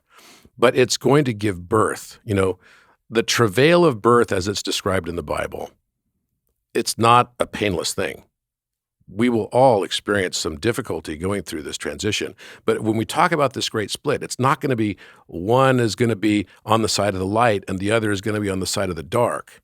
It's going to be one is going to remain in total duality and it's going to become extreme duality. And both sides will think, even villains think that they're the good guys. Yep. When the Nazis basically put in place the genocide of Jews, they thought they were doing the righteous act. And I can give countless examples of this. The Inquisition, everything. Yeah, of course. The people that are going to experience the beauty, nirvana, right, and will resonate to that message will be in non-duality. Yeah. They're going to be in a place of love and acceptance. And you mentioned this menorah, the flame. And I want to just mention one thing about that because I think it's related. So we've been living in a world of alpha, right, masculine, and omega, light and dark. There's both light and dark. There's both masculine and feminine within me. There's feminine within you. It's not a reference to gender necessarily. It's a reference to polarity. It doesn't matter that one could be positive charge and the other one's negative charge. That doesn't matter because which way does the Earth spin? The Earth spins counterclockwise when you look at it from the top, but it spins clockwise when you look at it from the bottom. It's not one is better than the other. No one's better than anyone else. That's the beauty of this. The new consciousness we're moving into is away from yin, yang, alpha, omega, light, dark, into a trifold. which is Alpha Chi Omega. The Christ consciousness is about non-judgment. It's the X. The center of centers. The Christos, the center. X marks the spot. That's what we're moving into now. And it is the Sheen in Hebrew. So you've seen Yahweh, right? The Hebrew writing of Yahweh, which is actually also a math equation. It's pi to the 7th power divided by pi times 7. And that's how you write the Hebrew letters of it. Comes out to be 137. That is the exact boundary of light and darkness. It's a math equation. That's kind of a mind blower. But when you think of it in those terms and you say, okay, what are we missing? There's a little letter that goes in the middle and it looks like 3 fingers, right? And also can look like this, right? This is the old Nanu Nanu. From Spock. Right, and Spock also, like live long and prosper type thing. Well, what does this thing represent? This is the Sheen in Hebrew. The Sheen represents the flame, the spirit. So when you put it in the middle, it goes from Yahweh, right, to Yeshua. It's the Christ consciousness. It's the yin, shin, yang. It's the threefold. Now, it's no longer just red and blue. It's green in the middle. That is where this great split, people that choose to resonate with that path, the non-dual, replacing judgment with love and acceptance, they will find this beautiful existence, realizing that everything that's happening for them is happening for their greatest benefit. And it's a place of bliss. It's an experience of bliss and love because you know, it's like, let's say you lived in a game. The game could be a frickin' hell if you didn't know that it was a game. And we love games like that. Those are our favorite games. Then Monsters everywhere. The moment you realize that it's a game for your benefit, for you to grow and expand, to achieve higher states of awareness and consciousness, to learn to love yourself and everybody else, it changes the context of everything. It's no longer, I'm trapped in this cage, I'm in this escape room called Earth. How do I get off this place, right? Oh my God, everyone's against me. It's a conspiracy this, a conspiracy that. It's the Archons, it's the it's the Greys, it's whatever the hell it is, right? Once you transcend that way of thinking and think, what is it that I wanted for myself next? Like, bring it on, universe. This is what I'm here to experience. It changes everything. And it makes your entire existence a beautiful one. And what you start noticing is that everything it really does start becoming easier because you're no longer judging all the stuff. So you're not experiencing the same cycles of samsara over and over again. And this is what I call monadicity. You said unicity, right? Or unity. Monadicity. And I found the way to express it mathematically. And I'm presenting it at Disclosure Fest this weekend, or next Saturday night, to a very large group of people for this. And monadicity is actually finding that every one of us has a golden ratio. Everyone, no one's any better than anyone else in this world. No one is any better than anyone else in this world. They're all just reflections of you, and they're all divine emanations of you. When we embrace that context, and we can actually see it, that the conscious mind that we call our persona is able to perceive the unconscious that is the you inverse, the world around you. And those two can multiply by each other to become the number one. Literally, it's X and 1 over X. Everything. We all have a number. This is our reflection. This is our absorption. Or this is the reflection, and we are its absorption. This is a very beautiful thing to realize because then everything happens for the highest benefit. And there are no mistakes. I used to worry about making mistakes, not living up to my life path, not living up to the things that I was talented with, all the things that I was given as gifts. I don't know what you're talking about. Never felt that. Every fucking day. Every fucking day. Every day, right? But now, with this knowledge, it's about finding your north node. Well, I got a call, a week ago from Katy Perry's office saying they want to have dinner. So I'm like, okay. I had no clue what that was going to be about. And then when she walks up to me and says, I'm your biggest fan. I've watched Codex like so many times. And then Orlando's like, dude, she like does it under the covers and everything late at night on her iPad. She's like, it's had such a big impact. I love this show. Then I know I've found my North Node. Yeah. And my purpose. So I'm not seeking anymore. We don't need to seek. It's already there. The answers are all within us. There was a piece of wisdom that came to me, recently on a similar topic. And of course, with the existential threats, there's even more pressure that I've put on myself to do more, outward output, the masculine principle. All right, we got to do more. Now is the fucking time. And the message, this divine message was like, relax. You'll save the world by savoring it. You'll save the world by savoring it. Like that's the consciousness of gratitude, of radical receiving, of radical love. And like then the emanations that will flow from that will be natural. It won't be trying. It'll be music. It'll be music that I'm playing gorgeous. With every word, every casual encounter will be the emanations that are creating what I'm desiring to create. Whereas doing anything from struggle will be bound in struggle. Anything I do from fear will be bound in fear. Anything I do from radical monadicity will be monadic. Right.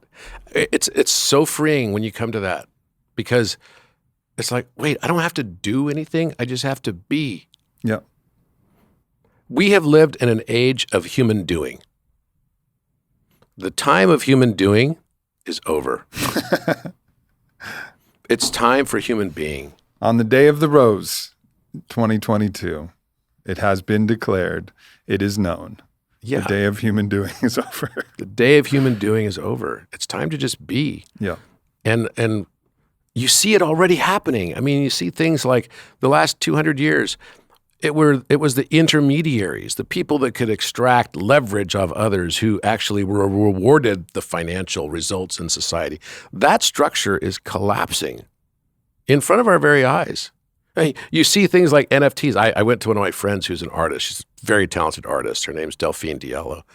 And I told her my token went on the exchanges last October, and we met up with a group of people that were following my work in New York. And I said, I mean, you really need to look at NFTs. And she called me this last, about a month or so ago. She said, can you come to LA? I want you to come to this gallery, thing. We're actually doing an NFT thing for my work, and I got picked up by this, super gallery thing. And I was like, okay, cool. Yeah, absolutely. She made tons of money. She was a starving artist almost. Never really starving, but not thriving. Right. Now society has created a new structure that is rewarding more the creators, right? The writers. It's rewarding the patent filers. It's rewarding the inventors. It's rewarding the artists, the musicians. Because we now live in a world where creativity is rewarded more than intermediaryship. Mm-hmm. Intermediaryship is the last 2 centuries. We're now in creatorship. We have careers now where people call themselves content-tainment specialists, right? What is content-tainment? Well, it's some form of creation. Yep. So this is, I think, a sea change. It's already happening. We're now entering in the age of Aquarius will be the age of human beingness. In the age of what the Quechua called Aini, reciprocity, where that which we put out into the world will be rewarded. And the systems are coming online. Like you said, NFTs are just the infantile version of what this is. And not to diminish it, I think it's beautiful, but it's just the beginning. That's what I'm saying. It's like the beginning of the Herculean force that's developing. And that's rewarding self-sovereignty. people. Totally. Individual self-sovereignty. We don't need government in the same ways that we did before. Nope. It's time to transcend it. And that's, if there's something I'll dedicate my life in the last, 30 years or so of my life, it will be to helping to establish systems, structures around education, around, new ways of looking at university. I think that's going to dramatically shift. new ways of expanding perspectives also Where the university on governance. understands the universe. How about that? Something like that, right? The one song. And then also contextualizing that spirituality doesn't require religious dogma. Mm-hmm. Those are the things that I think could benefit my children and my children's children, and hopefully will be a catalyst for being the change we want to see in the world. Amen. Thank you for being on the show. Thank you for everything you do. Thank you for your heart. Thank you. Thank you for you. Simply. Thank you for being you. And yes, you are more than good enough. You've done so much already. And I know you'll still do more, but you don't have to have the thought in your mind of having to do more. It will just happen as a natural consequence of you expressing your divine nature. And so it is. Thank you. Thank you, everybody. We love you so much. Goodbye. Thanks for tuning into this video. Make sure you hit subscribe, follow me at Aubrey Marcus, check out the Aubrey Marcus podcast, available everywhere, and leave a comment. Let me know if this video resonated or what else you would like to hear from me in the future. Thank you so much.